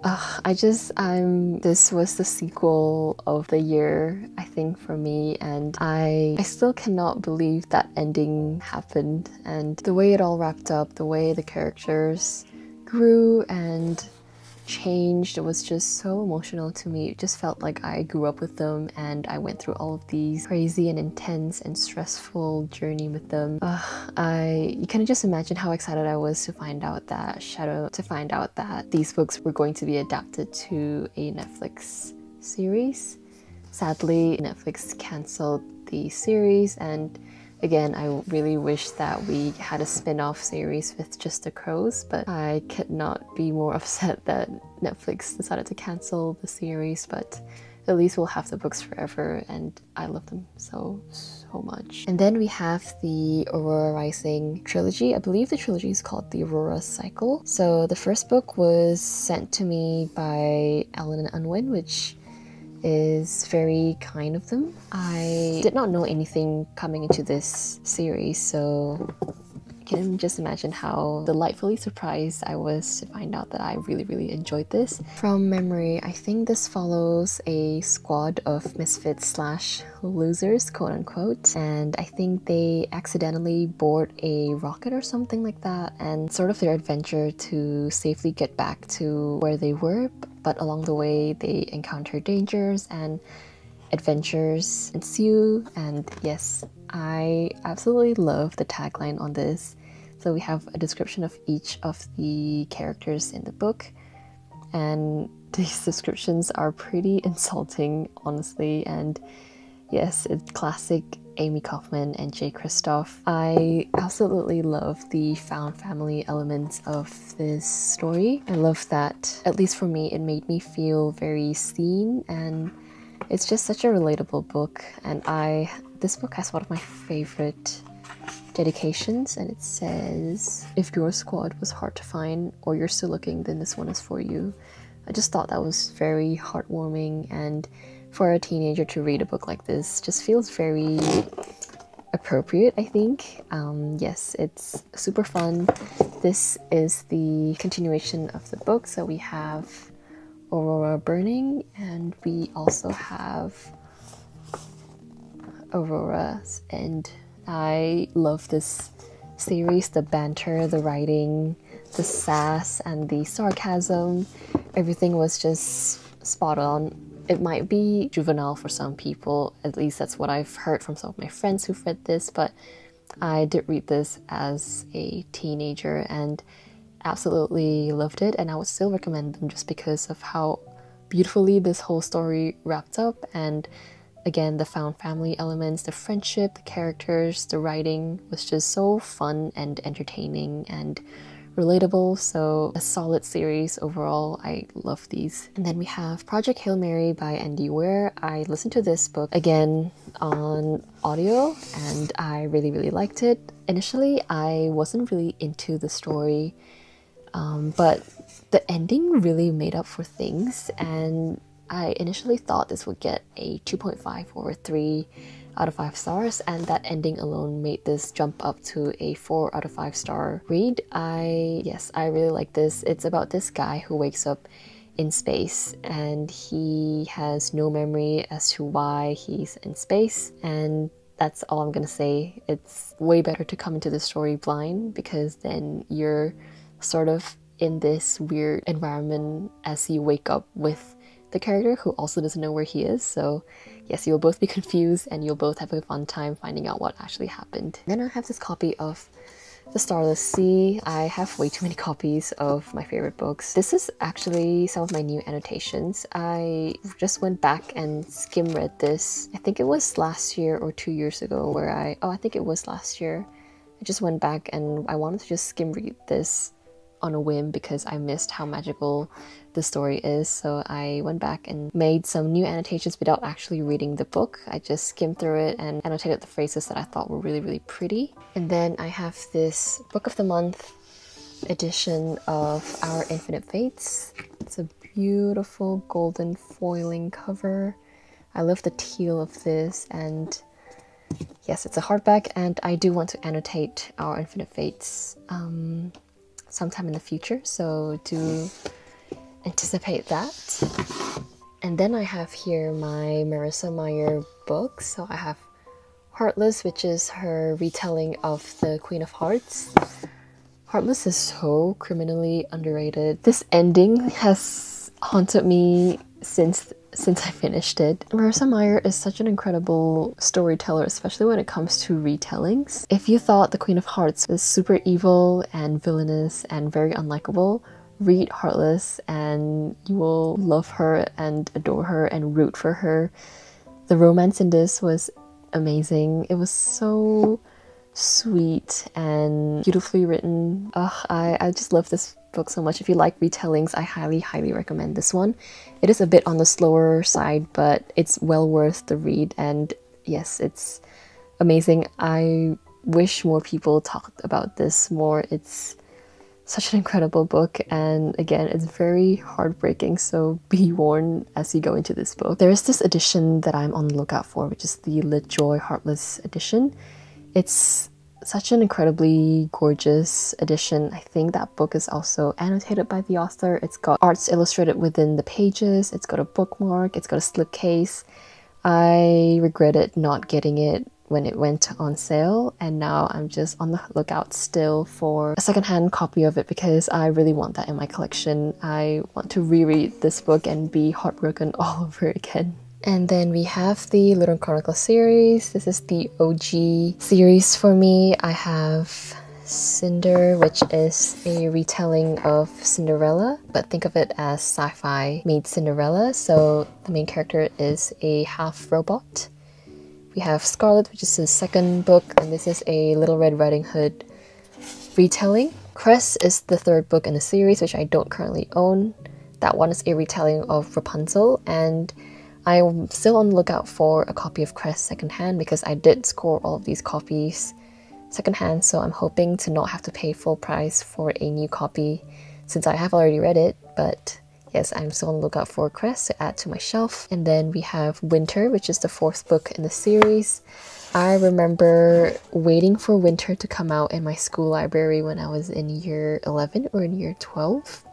This series had me on a chokehold. I think the characters in this again was incredible. I loved the couples in each of these as well. I can't pick a favorite, honestly. I love them all so much. I love how each couple's pathways intertwine. I love how deep and layered each of the characters are. They're also flawed and unique and adorable in their own ways. I even liked the villain in this series. I thought she was so incredibly written. She had so many layers to her as well. I felt very empathetic, but at the same time, I also absolutely despise the villain. I think after Winter, it's Ferris, and this is meant to be the villain's backstory, which I really love. And then we have Stars Above, which is a collection of short stories of, I guess, like fillers of each of the characters. So if you watched Avatar: The Last Airbender, the only way I can compare this is in that episode where it's like the characters go off and do their own things, and then we get snippets of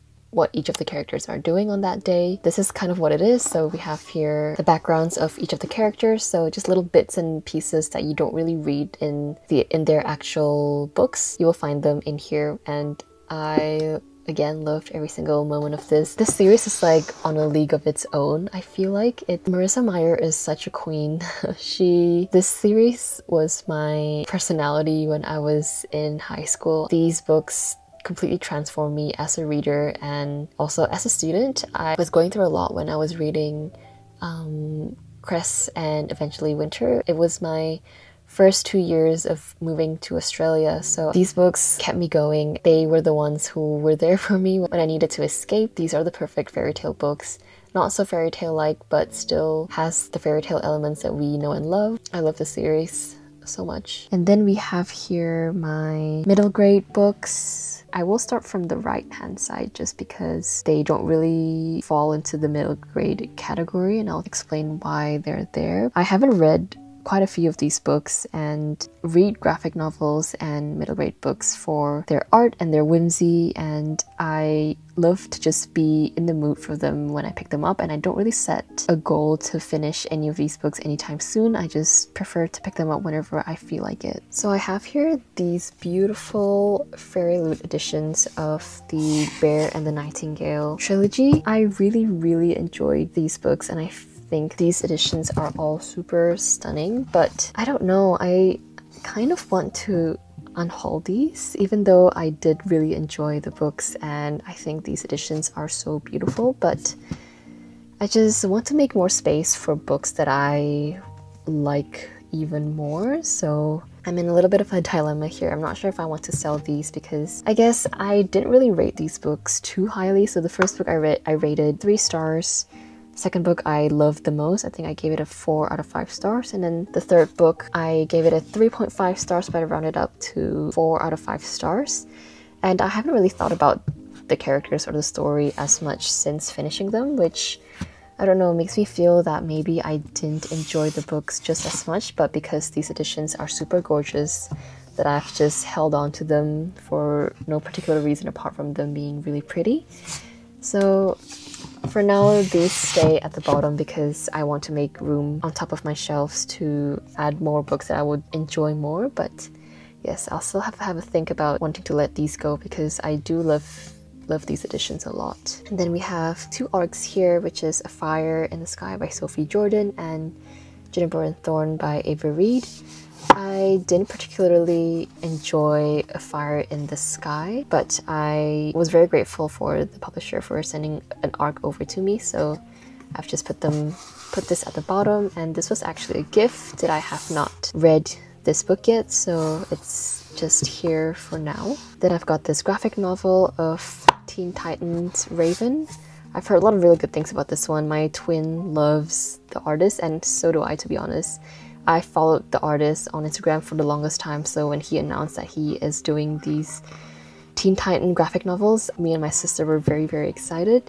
We grew up with Teen Titans, so this coupled with Gabriel Piccolo's amazing art is the cherry on top. I cannot think of a more suitable artist to create a graphic novel of the Teen Titans stories. And then I have this gorgeous graphic novel of Anne of Green Gables. Ugh, look how adorable that cover is. I just put this light at the top. I enjoyed this graphic novel so much. It's got such a pretty art style and the colors are so cute. It's got a mix of spring and autumn and winter vibes in here, and if you love Anne of Green Gables, you will really enjoy this graphic novel. It's so sweet and the art is just so fitting to the story. And then here I have Cookie and the Sprite Garden. This was very kindly sent to me by the author herself. Look how cute that cover is, and the art is so stunning. I love the colors in this. The author pegged it as a Studio Ghibli-esque story, which, say no more, that instantly piqued my interest.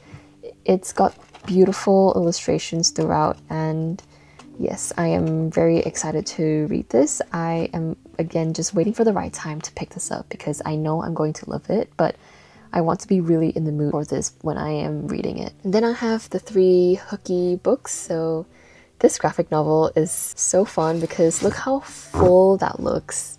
This is like some of the most substantial looking graphic novels I've ever seen, and I'll show you what the art looks like in a minute as well. So this series follows twin wizards and witches, and they, I guess, play hooky in this first book, and they skip school and they fall into all sorts of trouble and mischief, and it's so fun but also very deep sometimes. So if you see this, the colors are so whimsical, so magical, but also you can see how the colors change over time to like darker themes, and I really appreciate that in graphic novels because you can obviously tell that this leans more towards the fluffy, contemporary, whimsical type of fantasy graphic novel, but obviously it touches more than just cute magical moments and has some of its deeper elements of family and heartbreak and grief, which I absolutely love. I've yet to read books 2 and 3 because I actually took quite a while to finish book 1. It's pretty dense and I really took my time to finish and savor the book, so I want to make sure that I do that with the 2nd and 3rd book because I just know that they're going to be incredible as well. And then we have Ember and the Island of Lost Creatures. This is another really cute coming of age story. It's about this little boy called Ember, and he gets swept away to across the ocean to a school for little creatures by this kind sea turtle, and that's all I needed to know to get this book. I found this at a book sale for $5, and the art style and the story just completely drew me in, and I couldn't pass up on the offer to purchase it and read it. This is what the art looks like. I thought it was so stunning, and I just know that I'm going to enjoy this coming of age story. Next I have Wolfwalkers. I believe there's a cartoon that's been adapted. Oh, actually yes, it is based on the film by Tom Moore and Ross Stewart. So I have read this one and I thoroughly enjoyed it. Again,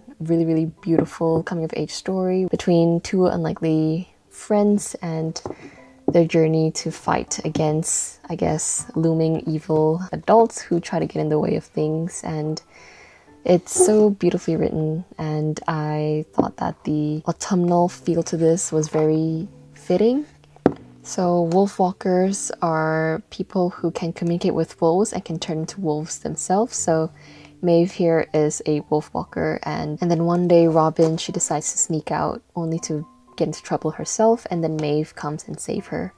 And so they form this unlikely friendship with each other, and wolves have a reputation of being hunted and feared in the city that Robin grows up in, and so it's sort of their journey to accept one another and to also help one another when things turn a dark direction for Maeve and the wolves. Next we have Seance Tea Party by Raymina Yi. This was... this cover alone, doesn't it just make you want to read it? I have not finished this just because I really want to savor this. My twin very kindly got this signed for me. Raymina actually visited Perth a couple of times, and my sister went and got this book signed. It's so cute how she has this personalized signature. She's so talented. I love the golden marker. It's just, it's lovely. And yet again, this is another coming of age story about this girl who, I guess she feels sort of like she does not belong with her friends, and so she makes friends with this ghost girl. I'm just completely drawn in by the art. It's so charming and cute and very sweet, and yeah, I think this is the kind of book that you would bring to like a picnic while you're reading out in the sun with all the greens around you and having a little sweet treat next to you with your cup of coffee or matcha. I think this is just absolutely perfect for that. And then I have The Hat Makers and The Map Makers by Tamsin Merchant. I have this hardback that I read halfway through but have not picked up for a while now. I am really enjoying this book actually. I stopped reading it just because I wanted to read other books at the time, but I'm definitely going to make time to come back to this because this is such a unique story. It's about this girl whose dad gets lost in sea and she wants to try and find him because she knows for sure that he isn't actually dead yet, but because she comes from a family of hat makers and they have a reputation to uphold, they want her to focus on keeping the business alive, and they have rivalries around the corner as well. So it's up to Cordelia, who is the main character of this book, to try and find her dad and also help her family keep up with this business and prevent from any more trouble from ensuing. It's very magical. I like that there are illustrations sprinkled throughout this book. Let me just quickly show you what they look like. So we have like chapter arts as well. I love chapter arts. I think they're just so thoughtful and charming. I've actually dog-eared some of these pages as well because I plan on annotating this book. You can also see there that there are some full-length art. Got some more chapter art here. We have a gorgeous map and just some more full-length art. It's so pretty. Look at all the details. It's very inspiring. And then this is the sequel, The Map Makers, which I guess are about a family who makes maps, I believe. Very stunning cover as well. I love middle grade books because the art always takes my breath away. Look at that beautiful shine and all of the beautiful purple and pinks and orange. It's so stunning. I feel like these two books are perfect for winter or the Christmas season. Next up we have the Archibald Finch books. So the author Michael has been very kind to send me both these books my way. I remember reading this book during Halloween and I was obsessed with the vibes and the amazing illustrations in this as well. I will show you what they look like. Look at how gorgeous these illustrations are, and this as well. I love that it's like kind of giving me Spiderwick Chronicles vibes. It's like kind of dark but also very whimsical and very nostalgic almost. Got this as well in the introduction. It's so pretty and so detailed. This is just another coming of age story about this boy who travels to a fantastical world and comes across different adventures and troubles and meets a friend there, and it is super heartwarming. I've yet to read the second book just because I want to save it for a rainy day. I know that I will love this as well. It looks stunning and that cover is just so pretty. Yes, I am very excited for this one as well, and I am hoping that I can actually read both of these books at the same time during autumn or maybe Halloween. I think that these books are perfect for that. And then I've got Wonderwall here by Mira Bartok. When I looked up the story for this, I think that was the one thing that made me get this book. I think he grew up in an orphanage and they never gave him a name except this number, so he's always just seen himself as the number 13. And then he meets this friend who is a bird, and then the bird gives him a name which is Arthur, and I thought that was just that's just such a sweet thing to do. And it also looks like this book has some really pretty illustrations. I feel like these illustrations are very nostalgic. They look a little bit creepy, but I can appreciate that the story probably falls on the more dark side of things. I really do appreciate middle grade books that are not just fun and whimsical but have more deeper and meaningful themes to them. So yes, I am very excited to read this. And then we have Wildwood by Malloy Ellis. This book is being adapted to a film soon by Leica, which is the production studio behind Coraline, one of my favorite films ever. So I am preparing for that by owning this book, and I'm hoping to be able to read this soon. Honestly, a lot of these graphic novels and middle grade books fit the more autumnal seasons, so I'm just waiting for the weather to cool down and for me to be able to read this with my warm mug of matcha or hojicha or chai latte or hot chocolate. I think that would be perfect. I don't really know much about the story, but I do know that this is filled with beautiful illustrations. You can see there are some illustrations. I can only imagine these illustrations being colored. How wonderful would that be? And then I have this book called The Secret Horses of Briar Hill by Megan Shepherd. It just looked really intriguing just because the illustrations look like they were drawn on pencil, which I've never really seen before, and I thought that was very unique. Again, I don't really know much about this book apart from the fact that it's another coming of age story and it has winged horses, which, say no more, that's very, very cool and interesting. So yes, that's The Secret Horses of Briar Hill. And then we have the 3 Lightfall books. This is such a beautiful trilogy. I first read this, I think I first bought this book actually during my first trip down south to Albany, which is this little town a few hours away from Perth. I bought this at the bookstore in the city. This just reminds me of that trip, which was very special to me. I love that I picked up this book as a souvenir because whenever I look at this series, I just think of that trip, which means a lot to me. Look at how beautiful these illustrations are. I love the warm color palette. You can just almost hear the page crinkles and smell the tea and feel the fur of this little cat. I think these illustrations are super whimsical and cozy and heartwarming. It's basically about this girl who goes out to the forest and meets this Galdorian, and he is the last of his kind, and so she is adamant about trying to help him to find his missing people. And so when she goes back to her cottage, which is where she lives with this pig wizard, she finds out that he goes missing, and so they both set out on an adventure to find both their missing people. And it's a very heartwarming story about friendship and about overcoming anxiety, which I really love and can really relate to. It's very relatable and very wholesome, and I love the energy of these books. I think they are so heartwarming but also very important to read about. I honestly just adore graphic novels, and I honestly wish I could own more, but I still have to read so many of these, and I will only buy more if I can finish a few of these for the year. So yes, I'm hoping to discover more amazing graphic novels, but I just know that I really do love graphic novels, and I take my time to savor them because I know that I will love them, especially when the arts are beautiful. Okay, the next book is Kiki's Delivery Service by Eiko Kadono. This I bought very recently at Sydney Kinokuniya. I've been wanting a copy of Kiki's Delivery Service for the longest time, and I've been wanting to get this edition because, first of all, the cover is beautiful, but also it's got stunning illustrations in this book. Look how cute those illustrations are. It is very Kiki, like if you've watched the Studio Ghibli film Kiki's Delivery Service, it feels like that. It feels very fun and cute and wholesome and kind of silly at times, but also very heartwarming, which I really love. I believe that the film is loosely inspired by this book, so this book, if you've watched the film, will not be completely the same as the film.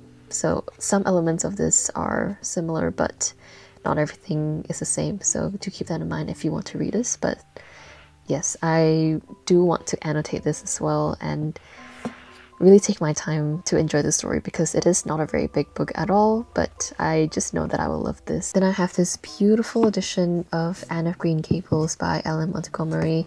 Anne of Green Gables is one of my all-time favorite books ever. I did read this book, I believe, 2 years ago, and I fell completely in love with it.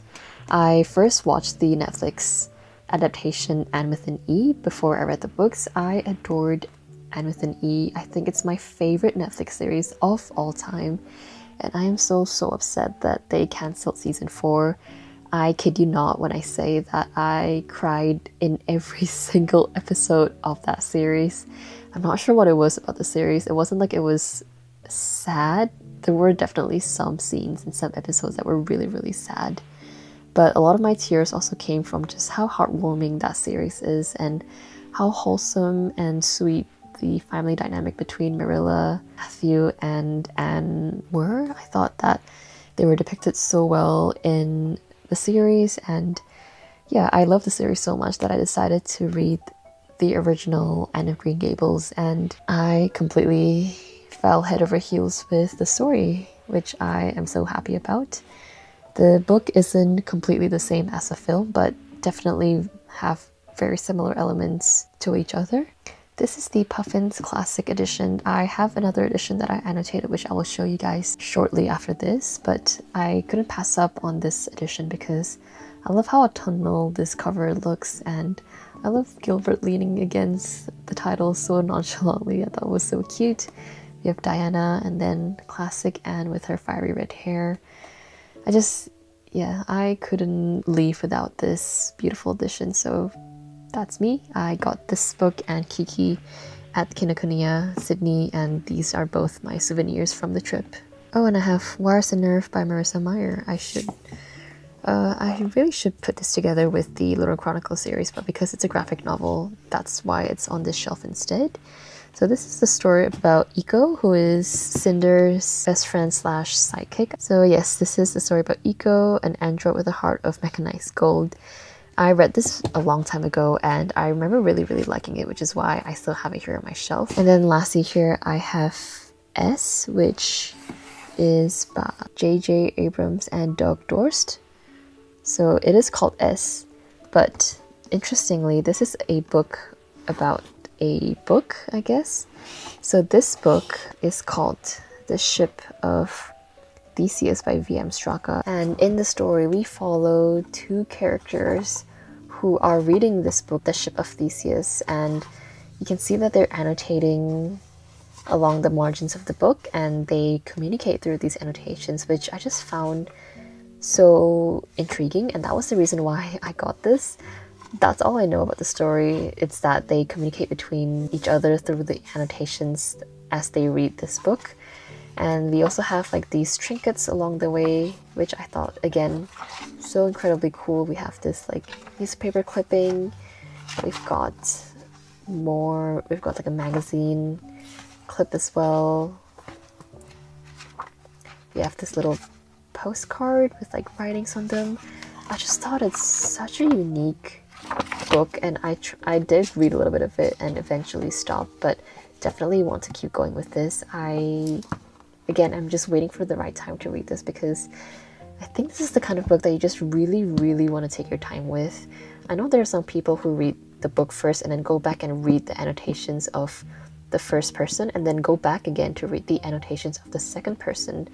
So yeah, if you guys have read this book, please let me know how you read it and how you found it to be the most enjoyable, because I want to do right by the author and actually read this properly. Oh, I forgot these two books. So yes, this is Mother Thorn by Juliette Marillier. It's her children's short story collection of like fairy tale-esque stories. Very pretty gold foiling on the cover, and this is also signed. Yes, which is very exciting. This is what the back looks like. Super pretty. And then this is actually a coloring book, so not really a book. This was a very kind Christmas gift sent to me by Penguin, which I was not expecting, but they were very thoughtful to send it to me because they thought that I would enjoy it. It's called Cozy Christmas Cute and Comfy Coloring Book, which I completely agree with. I have only colored in one page of this and I had so much fun that I really want to do it again when I have the time. So oh, there it is. That's the page that I colored in. I was listening to an audiobook and watching YouTube videos as I colored this in. It was a very cozy and fun time. So on top here, we have more middle grade / graphic novels. It's mostly my childhood books. So we have Roald Dahl, we have Charlotte's Web, we have some Rainbow Magic books here as well. Got a couple of little books here and then more graphic novels there. I'll just quickly show you guys what they are. This edition of Matilda by Roald Dahl. We have James and the Giant Peach. We have George's Marvelous Medicine. Fox and the Star by Coralie Bickford Smith. Isn't this just so pretty? My sister bought this for me in a book sale thinking that I would enjoy this, and honestly she is correct. She knows me so well. Here are what some of the illustrated pages look like. It's so pretty. I think it's like poems almost. that follows like a fox and some magical moments that the fox encounters, which I love that. We have Bookworms by Lorena Garcia. This is another book that my sister scored secondhand because she thought that I would love it, and honestly she just nails it all the time. It's like academia but with a bit of magic in it, so I'll show you guys what this looks like. This kind of reminds me like that one series, I don't remember what it's called. Is it The Witches? With like little pixies and stuff. The art style reminds me so much of that series, so I really like that. And yeah, I thought that this was such an interesting book. It's got like secrets, and I really like these characters. They were very quirky and eccentric, which I really enjoyed reading about. I believe this was a Kickstarter book that the author launched, and I so wish that the author continued on with this series. But yeah, hopefully one day she will launch another Kickstarter on her books and I can purchase them and support them. And then we have And the Ocean Was Our Sky by Patrick Ness, illustrated by Ravina Chai. This is so pretty. I found this secondhand as well, and this cover is heartbreaking but also very beautiful at the same time. I'll quickly show you guys what this looks like as well. I just can't help sharing with you guys these illustrations because a lot of the times they're the reasons why I buy these books. Look at how poetic and beautiful these illustrations are. And there's like a little note there as well. How sweet. And then we have more graphic novels here. So we have Nightlights by Lorena Alvarez. Let's look at the illustrations in this. So pretty, so cute. We have two Mason Mooney books. We have this one, which is Doppelganger Detective. I was very drawn by the cover of this, obviously, with all the colors. And I love how full and maximalist the art style and the panels are.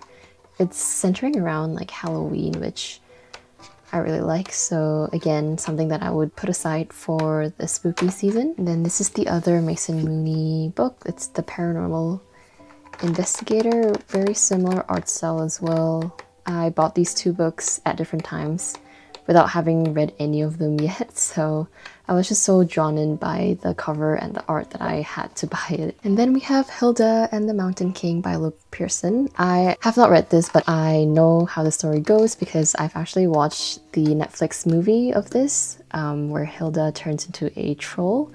I've also watched all of the Hilda episodes. There are 3 seasons out in Netflix and they are all so incredibly beautiful. When season 2 ended, I had no idea that season 3 was coming out, so I bought this graphic novel sort of to repair the hole in my heart after finishing season 2 because I loved it so much. But yes, it follows this blue-haired girl as she goes on these like incredible adventures. She grew up in the wild, so she is very adventurous and ambitious.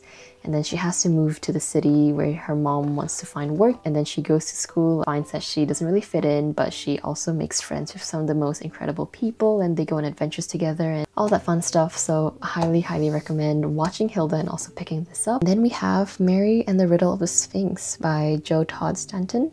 I have also already read this. I read this in like 30 minutes while I was having my breakfast. Another really pretty graphic novel. I love the warm tones. It's like about this girl who is scared of, I think, everything. But I think her dad goes missing. She ventures off to Egypt to try and find him. It's very sweet, very cute. Really enjoyed this one. And then we have The Sprite and the Gardener by Ria Brego and Joe Witt. I have not read this one, but again, the cover and the art just really, really drew me in. It's about this gardener who finds this little sprite in his garden, and that's all I really know about the story. But again, I will show you what the illustrations look like. Look how cute that is. It kind of reminds me of The Secret Life of Arrietty. It's probably not like that, but it just gives me that vibe, and yeah, I just love how whimsical that looks. The color and the art style is so pretty, something I would really, really enjoy reading through. And then we have here The Mice and the Shoemaker. This isn't really a graphic novel. It is a children's pop-up book. I can see that it pops up. Pretty extravagant book, and I just love the art in this, and pop-up books have my whole heart. This was given to me by my sister and I could not say no. It's just so charming in its own way. I grew up loving pop-up books as well, and so having to relive these memories just fill my whole heart. I think it's just so cute and nostalgic. And then I have more Roald Dahl books. Just so you guys know, I grew up with Roald Dahl books and I love all of his stories, mainly The Witches, Matilda, The BFG, James and the Giant Peach, and Fantastic Mr. Fox. Fun fact, The Witches is actually the one book that got me into reading and made me a reader essentially.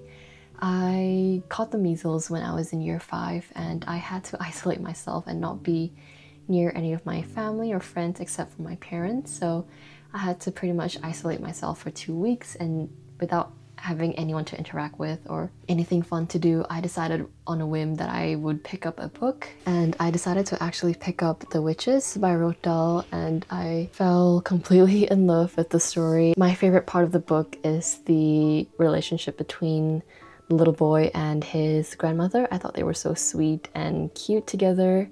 This book also really freaked me out because it had illustrations and it was pretty creepy, if I do say so myself, especially for 11-year-old me to be reading this. I thought it was very scary, but at the same time I had a lot of fun. It was very thrilling. It really kept me engaged. So this book made me fall in love with reading, and for that I cannot thank Roald Dahl enough. And that's also the reason why I collect his books, because ever since The Witches I have actually begun reading his other books and I've also really enjoyed them. I have here the BFG, Matilda. I really like the movie Matilda. I watched it when I was in school and it just gives me nostalgic feelings. I love the music, I love the characters, I love that it's true to the book as well. Miss Trunchbull scared me out so bad, but also I had a lot of fun watching the film and it was very engaging, and I also loved the friendship, and Miss Honey was such a sweetheart. I also do collect Roald Dahl books because, again, when I visit thrift stores, I tend to see lots of different beautiful editions of Roald Dahl books, so I do collect them. Not proactively, only if I find them in thrift stores, obviously. But yes, that's the reason why I have so many different editions of his books. And then I have Charlotte's Web by E.B. White. This is the 50th anniversary edition. It's just a hardback. We have another edition of James and the Giant Peach, and yet another edition of James and the Giant Peach. And I've got these very special Rainbow Magic books that I also grew up with when I was living in Singapore. So this is Flora the Fancy Dress Fairy. I remember having to wait for a new Rainbow Magic to come out I wouldn't say each week, but I remember that they were coming out pretty consistently. And I would save up to buy these books because they were honestly such a treasure to me. Look at how shimmery that cover is. I don't think they were very cheap either back then, so it was a splurge to have to save up to buy these books. But yes, these books compared to these smaller ones, or I guess Phoebe the Fashion Fairy, is a lot more expensive relatively. So I treasured these, and I remember really loving these 3 Rainbow Magic books. So when I found these online and in thrift stores, I just had to get them to relive my childhood memories. This is essentially about 2 girls who come across these little themed fairies. We have a fancy dress fairy, we have a fashion fairy, we have a Christmas fairy, we have a red fairy, a violet fairy, we have fairies for every single theme you can think of.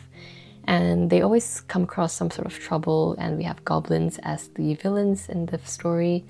Super wholesome, super fast-paced and quick and fun, and yeah, I had a blast reading these as a kid. This is Phoebe the Fashion Fairy, and then we have Holly the Christmas Fairy. Love this shimmery cover. And then I have this book called Good Life Growing by Hannah Moloney. She is an Australian, and This was given to me from a friend, and they were not a fan of gardening, so that's why they gave this to me. But I've read a little bit of this, and I find it so insightful to see how Australians built their food garden in their backyard. Super inspiring, and because I want to start growing more fruit and vegetables in my garden, I thought that this book would be really great.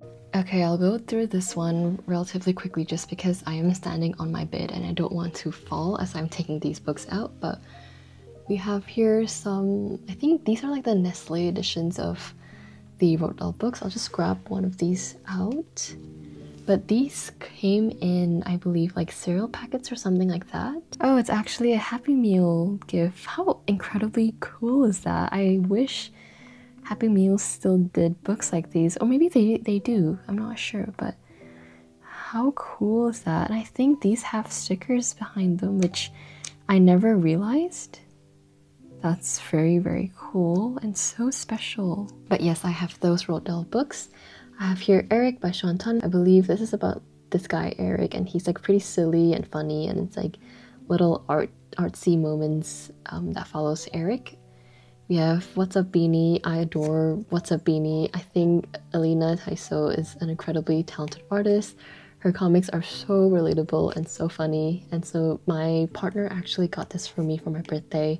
He ordered this for me from an international bookstore because Australia didn't have this in stock, and so I found it really thoughtful, and I still do flick through this once in a while because I love the comics so much. I have here more editions of Roald Dahl's books. I have Matilda, The Vicar of Nibbleswick, Fantastic Mr. Fox, Fantastic Mr. Fox, Fantastic Mr. Fox, George's Marvelous Medicine, and 3 more Fantastic Mr. Fox books. And then here I have The Witches by Roald Dahl. This is a graphic novel which I think, was this adapted to a film? I'm not quite sure, but my sister, my twin, bought this for me thinking that I would like it, and initially I thought that maybe I wouldn't keep it, but what made me keep this is the illustration of the grandmother. So I will show you guys what that looked like.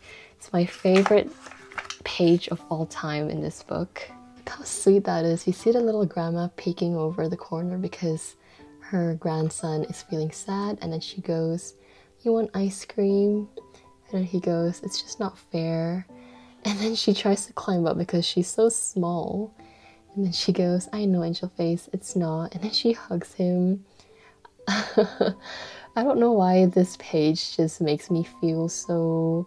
It just warms my heart. And then over here it says, "It's not fair." The grandma is just hugging him, making sure that he's okay.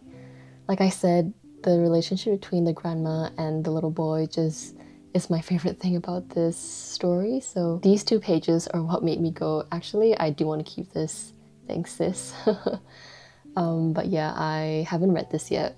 I've only seen these panels and thought I would definitely be reading this one day. So the rest of those are personal journals, which I won't share. But yeah, that is my full bookshelf tour. I will show you guys my book cart as well, which includes my TBR books and also some books that I keep on my desk that happen to be some of my favorite books as well. So this is my TBR cart that I keep right next to my bookshelf. Just very quickly, these are books that are on my immediate TBRs, or I guess from Killjoy onwards to A Fire Endless, because these are books that are sent to me by publishers that I've requested or that I have received as gifts. We have A Fire Endless by Rebecca Ross. I am actually reading this on audiobook right now and really enjoying it. I'm almost finished, so I can't wait to share my thoughts soon. We have The Children of Gods and Fighting Men by Shauna Lawless. This was sent to me by Polly. Thank you again, Polly, for the sweet gift. We have An Arc of the Night and the Moth by Rachel Gillick. This was kindly sent to me by Hachette and The Bookish Type, so I'm excited to read this, and I will share a review of it when I'm finished. I also have An Arc of Wandering Wild by Lynette Noni. This was kindly sent to me by Penguin, and I am excited to read this one as well. And I have Wild Dark Shore by Rachel McConaughey. This is a Book of the Month edition, and again, really excited to read this. We have Sweet Bean Paste by Durian Sukegawa, and I've already read a little bit of this and cannot wait to continue. It's so sweet and wholesome. I have Killjoy by Holly Jackson. I believe this is part of the Good Girl's Guide to Murder series. I think it follows, yes, it does follow Pip. I have an arc of Air of Storms by Lauren Hamilton Murray. This was an arc kindly sent to me by Penguin. I have Sky in the Deep by Adrian Young. I also have All the Light We Cannot See by Anthony Doerr. Starting Point by Hayao Miyazaki. This is his autobiography, I believe. And then we have The Serpent and the Wolf by Rebecca Robinson. This was kindly sent to me by Simon & Schuster. And then I have these two samplers that were from Hachette. This is The Raven Scholar by Antonia Hodgson, and this is The Devils by Joe Abercrombie. These are just like early samplers of the author's upcoming books, and I think it just has like a couple of chapters, if not just one chapter from their books. Okay, we're almost there. This is the last portion of my home library / bookshelf tour. These are where some of my most annotated books reside. I don't really have a reason as to why these books are here. I just thought they are a good size and they're very fully annotated, and because I do take most of my photos for Instagram on this table, I wanted books with lots of colorful tabs, and yeah, I thought they make as a good prop as well. And I also tend to pick them up and just flip through them whenever I feel like it, which I think is one of the main reasons why they are here as well. So I have here The Favorites by Lane Fargo, Spells for Forgetting by Adrian Young. I have here Blood Over Brighthaven by Emil Wong. And then I have here Dead in Memories by Banana Yoshimoto. I love this book so much. I read this in Bali and it became one of my favorite books of 2024. It's like, it follows like a few different girls and it's split between their stories, and they start off pretty patchy in life, but then they get their happy endings at the end. So I love that. It's not like super sad, but actually has happy endings for all of our characters, which I love. I have here After Dark by Haruki Murakami. This is also another book that I read when I was in Bali, and another really short book which I really loved. It really stuck with me. And this one, if you like books that's like kind of unreliable but also dreamy and kind of eerie but also atmospheric and cozy, this is the book for you. And then I have Rebecca by Daphne du Maurier. This is such a beautifully gothic, dark book. It's like kind of thriller, and the writing in this is just spectacular. The reason why I annotated this book is because of the writing. I mostly was just gushing about how beautifully written this story is. And then I have If We Were Villains by Emma Rio. So I've got 2 editions of this book, as you can see. Coming here, we have this first book here is Circe by Madeline Miller. I loved how empowering this story was, and I actually think I preferred this book over Song of Achilles. Yes, Circe is a lot slower, but I just like that better. I like that it was mostly Circe's character arc that we were looking at, nothing to do with romance. Don't get me wrong, I did enjoy A Song of Achilles, but I just much preferred the elements that were explored in Circe more than A Song of Achilles. And then we have here, oh, my Anne of Green Gables. So you can see here that I have annotated this book to the brim, and I've made sure to use spring-esque colors because, as you can see, this edition is more spring and the book earlier that you saw is more catered to autumn. Love this book so much. And then we have here Half a Soul by Olivia Atwater. This is super cozy. It's like Victorian era and follows this girl who only has half a soul. So she's quote-unquote weird and quirky and isn't like any other normal kid who has a full soul. And so she believes that she isn't, I guess, eligible for marriage or anything like that. But then she meets this grumpy wizard who is keen to help her with finding out what happened to her other soul. Super wholesome, super cozy. Annotated this quite a bit as well. And then we have The Miracles of the Namiya General Store by Keigo Higashino. This is a book about this general store that has like magical properties. So we follow these 3 delinquents who break into this general store, and they find that letters have been appearing in this store, but they don't see how it's able to appear because no one's been in that store for ages. And yeah, it's like magical realism, super wholesome, very cute, very sweet. I had a blast reading this, and I was putting on some nostalgic Japanese classic songs that my mom used to even listen to when she was a kid, so I had a really fun time reading this.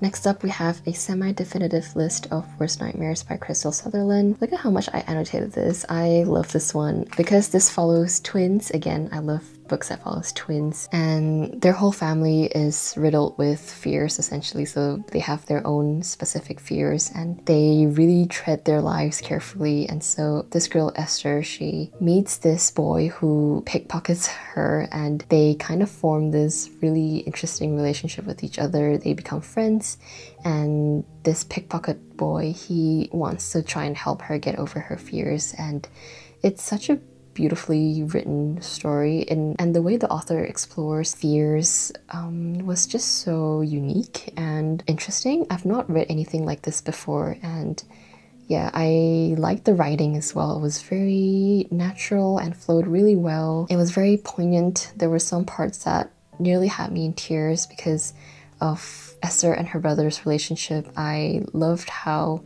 everything wrapped up at the end, and yeah, it's super underrated. I wish people talked about this book more. It was so good. And then we have here Stardust by Neil Gaiman and Emily Wilde's Encyclopedia of Fairies by Heather Fawcett. This was so cozy and a little bit creepy, to be honest, but also super funny. I thought Wendell is the funniest character ever. He's so himself, but also really silly and very sassy and so frustrating, but he is so lovable, and I love his dynamic with Emily in this. It's about Emily as she goes on like this field trip, or I guess you could call it a site visit to a small village as she tries to complete her Encyclopedia of Fairies. It's very unique. It's like cottagecore vibes, but leans more towards like winter seasons. Emily is like this top-notch scholar, while Wendell, who is Emily's academic rival, is the complete opposite. He's not scholarly like Emily is, but he loves to just tease her, and he does help her out in some ways. And so yeah, it's super funny and it's very cute and wholesome. I feel like the writing is not for everyone just because it is meant to be, I guess, savored. It's not very fast-paced. I found this very, very, very difficult to get into at first, but once you get used to the writing and the world building, you will absolutely devour this. Although I did not get through this very quickly, I still tried to savor this, and I think that was why I really enjoyed this book. I really took my time to enjoy the story and read about the characters. Next up, we have I Am Not Jessica Chen by Anne Liang. This is about a girl who switches body with her perfect golden girl cousin, and yeah, she is a failing art student, so she has always wished to become like her perfect cousin. So when she switches body with her, it's her trying to grapple with the fact that her perfect cousin's life isn't all that perfect, and that as she goes on living as her cousin, she finds out that her own identity is starting to get erased in everyone's lives. This was amazing. Oh, look at those tabs. I didn't realize I annotated this so much. This is a very small book. I think it's around 300 pages, so I read this in like 1 or 2 sittings. It was amazing. This is probably my favorite Anne Liang book ever. Another Anne Liang book is I Hope This Doesn't Find You. This is somewhat similar to I Am Not Jessica Chen. This is kind of like To All the Boys I've Loved Before. It's about this golden girl who writes all of her pent-up anger as emails, and she knows that she's never going to send them out, so she uses her emails as her anger outlet. But then one day her emails go out and things start to sort of crumble in her life. It's very fast-paced, very light, fluffy, also very relatable, especially growing up in an Asian environment where you're always expected to be there for your family, have good grades, take care of yourself, and have an amazing future ahead of you. I think Anne Liang explored these elements really, really well, and yeah, it was very, very cute and very fast-paced and enjoyable. Okay, going down to my very last book on my table is The Storied Life of A.J. Fikry by Gabrielle Zevin. I read this book ages ago, so I can't even really tell you what it's about anymore, but I think it's about this. Okay, it's about A.J. Fikry, who owns a failing bookshop. His wife has just died in tragic circumstances, and his very invaluable first edition has been stolen. His life is a wreck. How funny, but also kind of sad is that first tagline. I just remember really, really, really loving this. It's like kind of a slice of life book. It's very wholesome, pretty sad, but again, pretty hilarious, a bit dramatic as well. I just remember really loving this. The last book I have here is A Sea of Unspoken Things by Adrian Young. This is on my craft desk because I have just finished this and I am wanting to update my book journal with this. Absolutely love this. I think this is one of my new favorite Adrian Young books ever. So yes, I will talk about this more in my future videos, but that's the very last book that I have to share with you guys today. Alright, so that is the end of my bookshelf tour. I really hope you guys enjoyed it. I know it was super long, but I just got carried away talking about all of these amazing books and I just had to share my thoughts with you guys. I hope you guys found some new books to read and pick up. Truly, some of these books are some of my favorite books ever, and I really wish that some of these books are more talked about because they do deserve more love. Once again, I hope you guys enjoyed this video. If you've read any of these books, please do let me know, and if you have any other titles to recommend that are similar to any of these books, please do let me know as well. And I also hope you guys enjoyed the unboxing earlier. I'm hoping to be able to do more unboxings in the future just because it's so much fun to unbox it with you guys and feels like we're opening our presents together. So that brings us to the end of this video. I hope you guys enjoyed it and I hope to see you guys in my next video. Take care.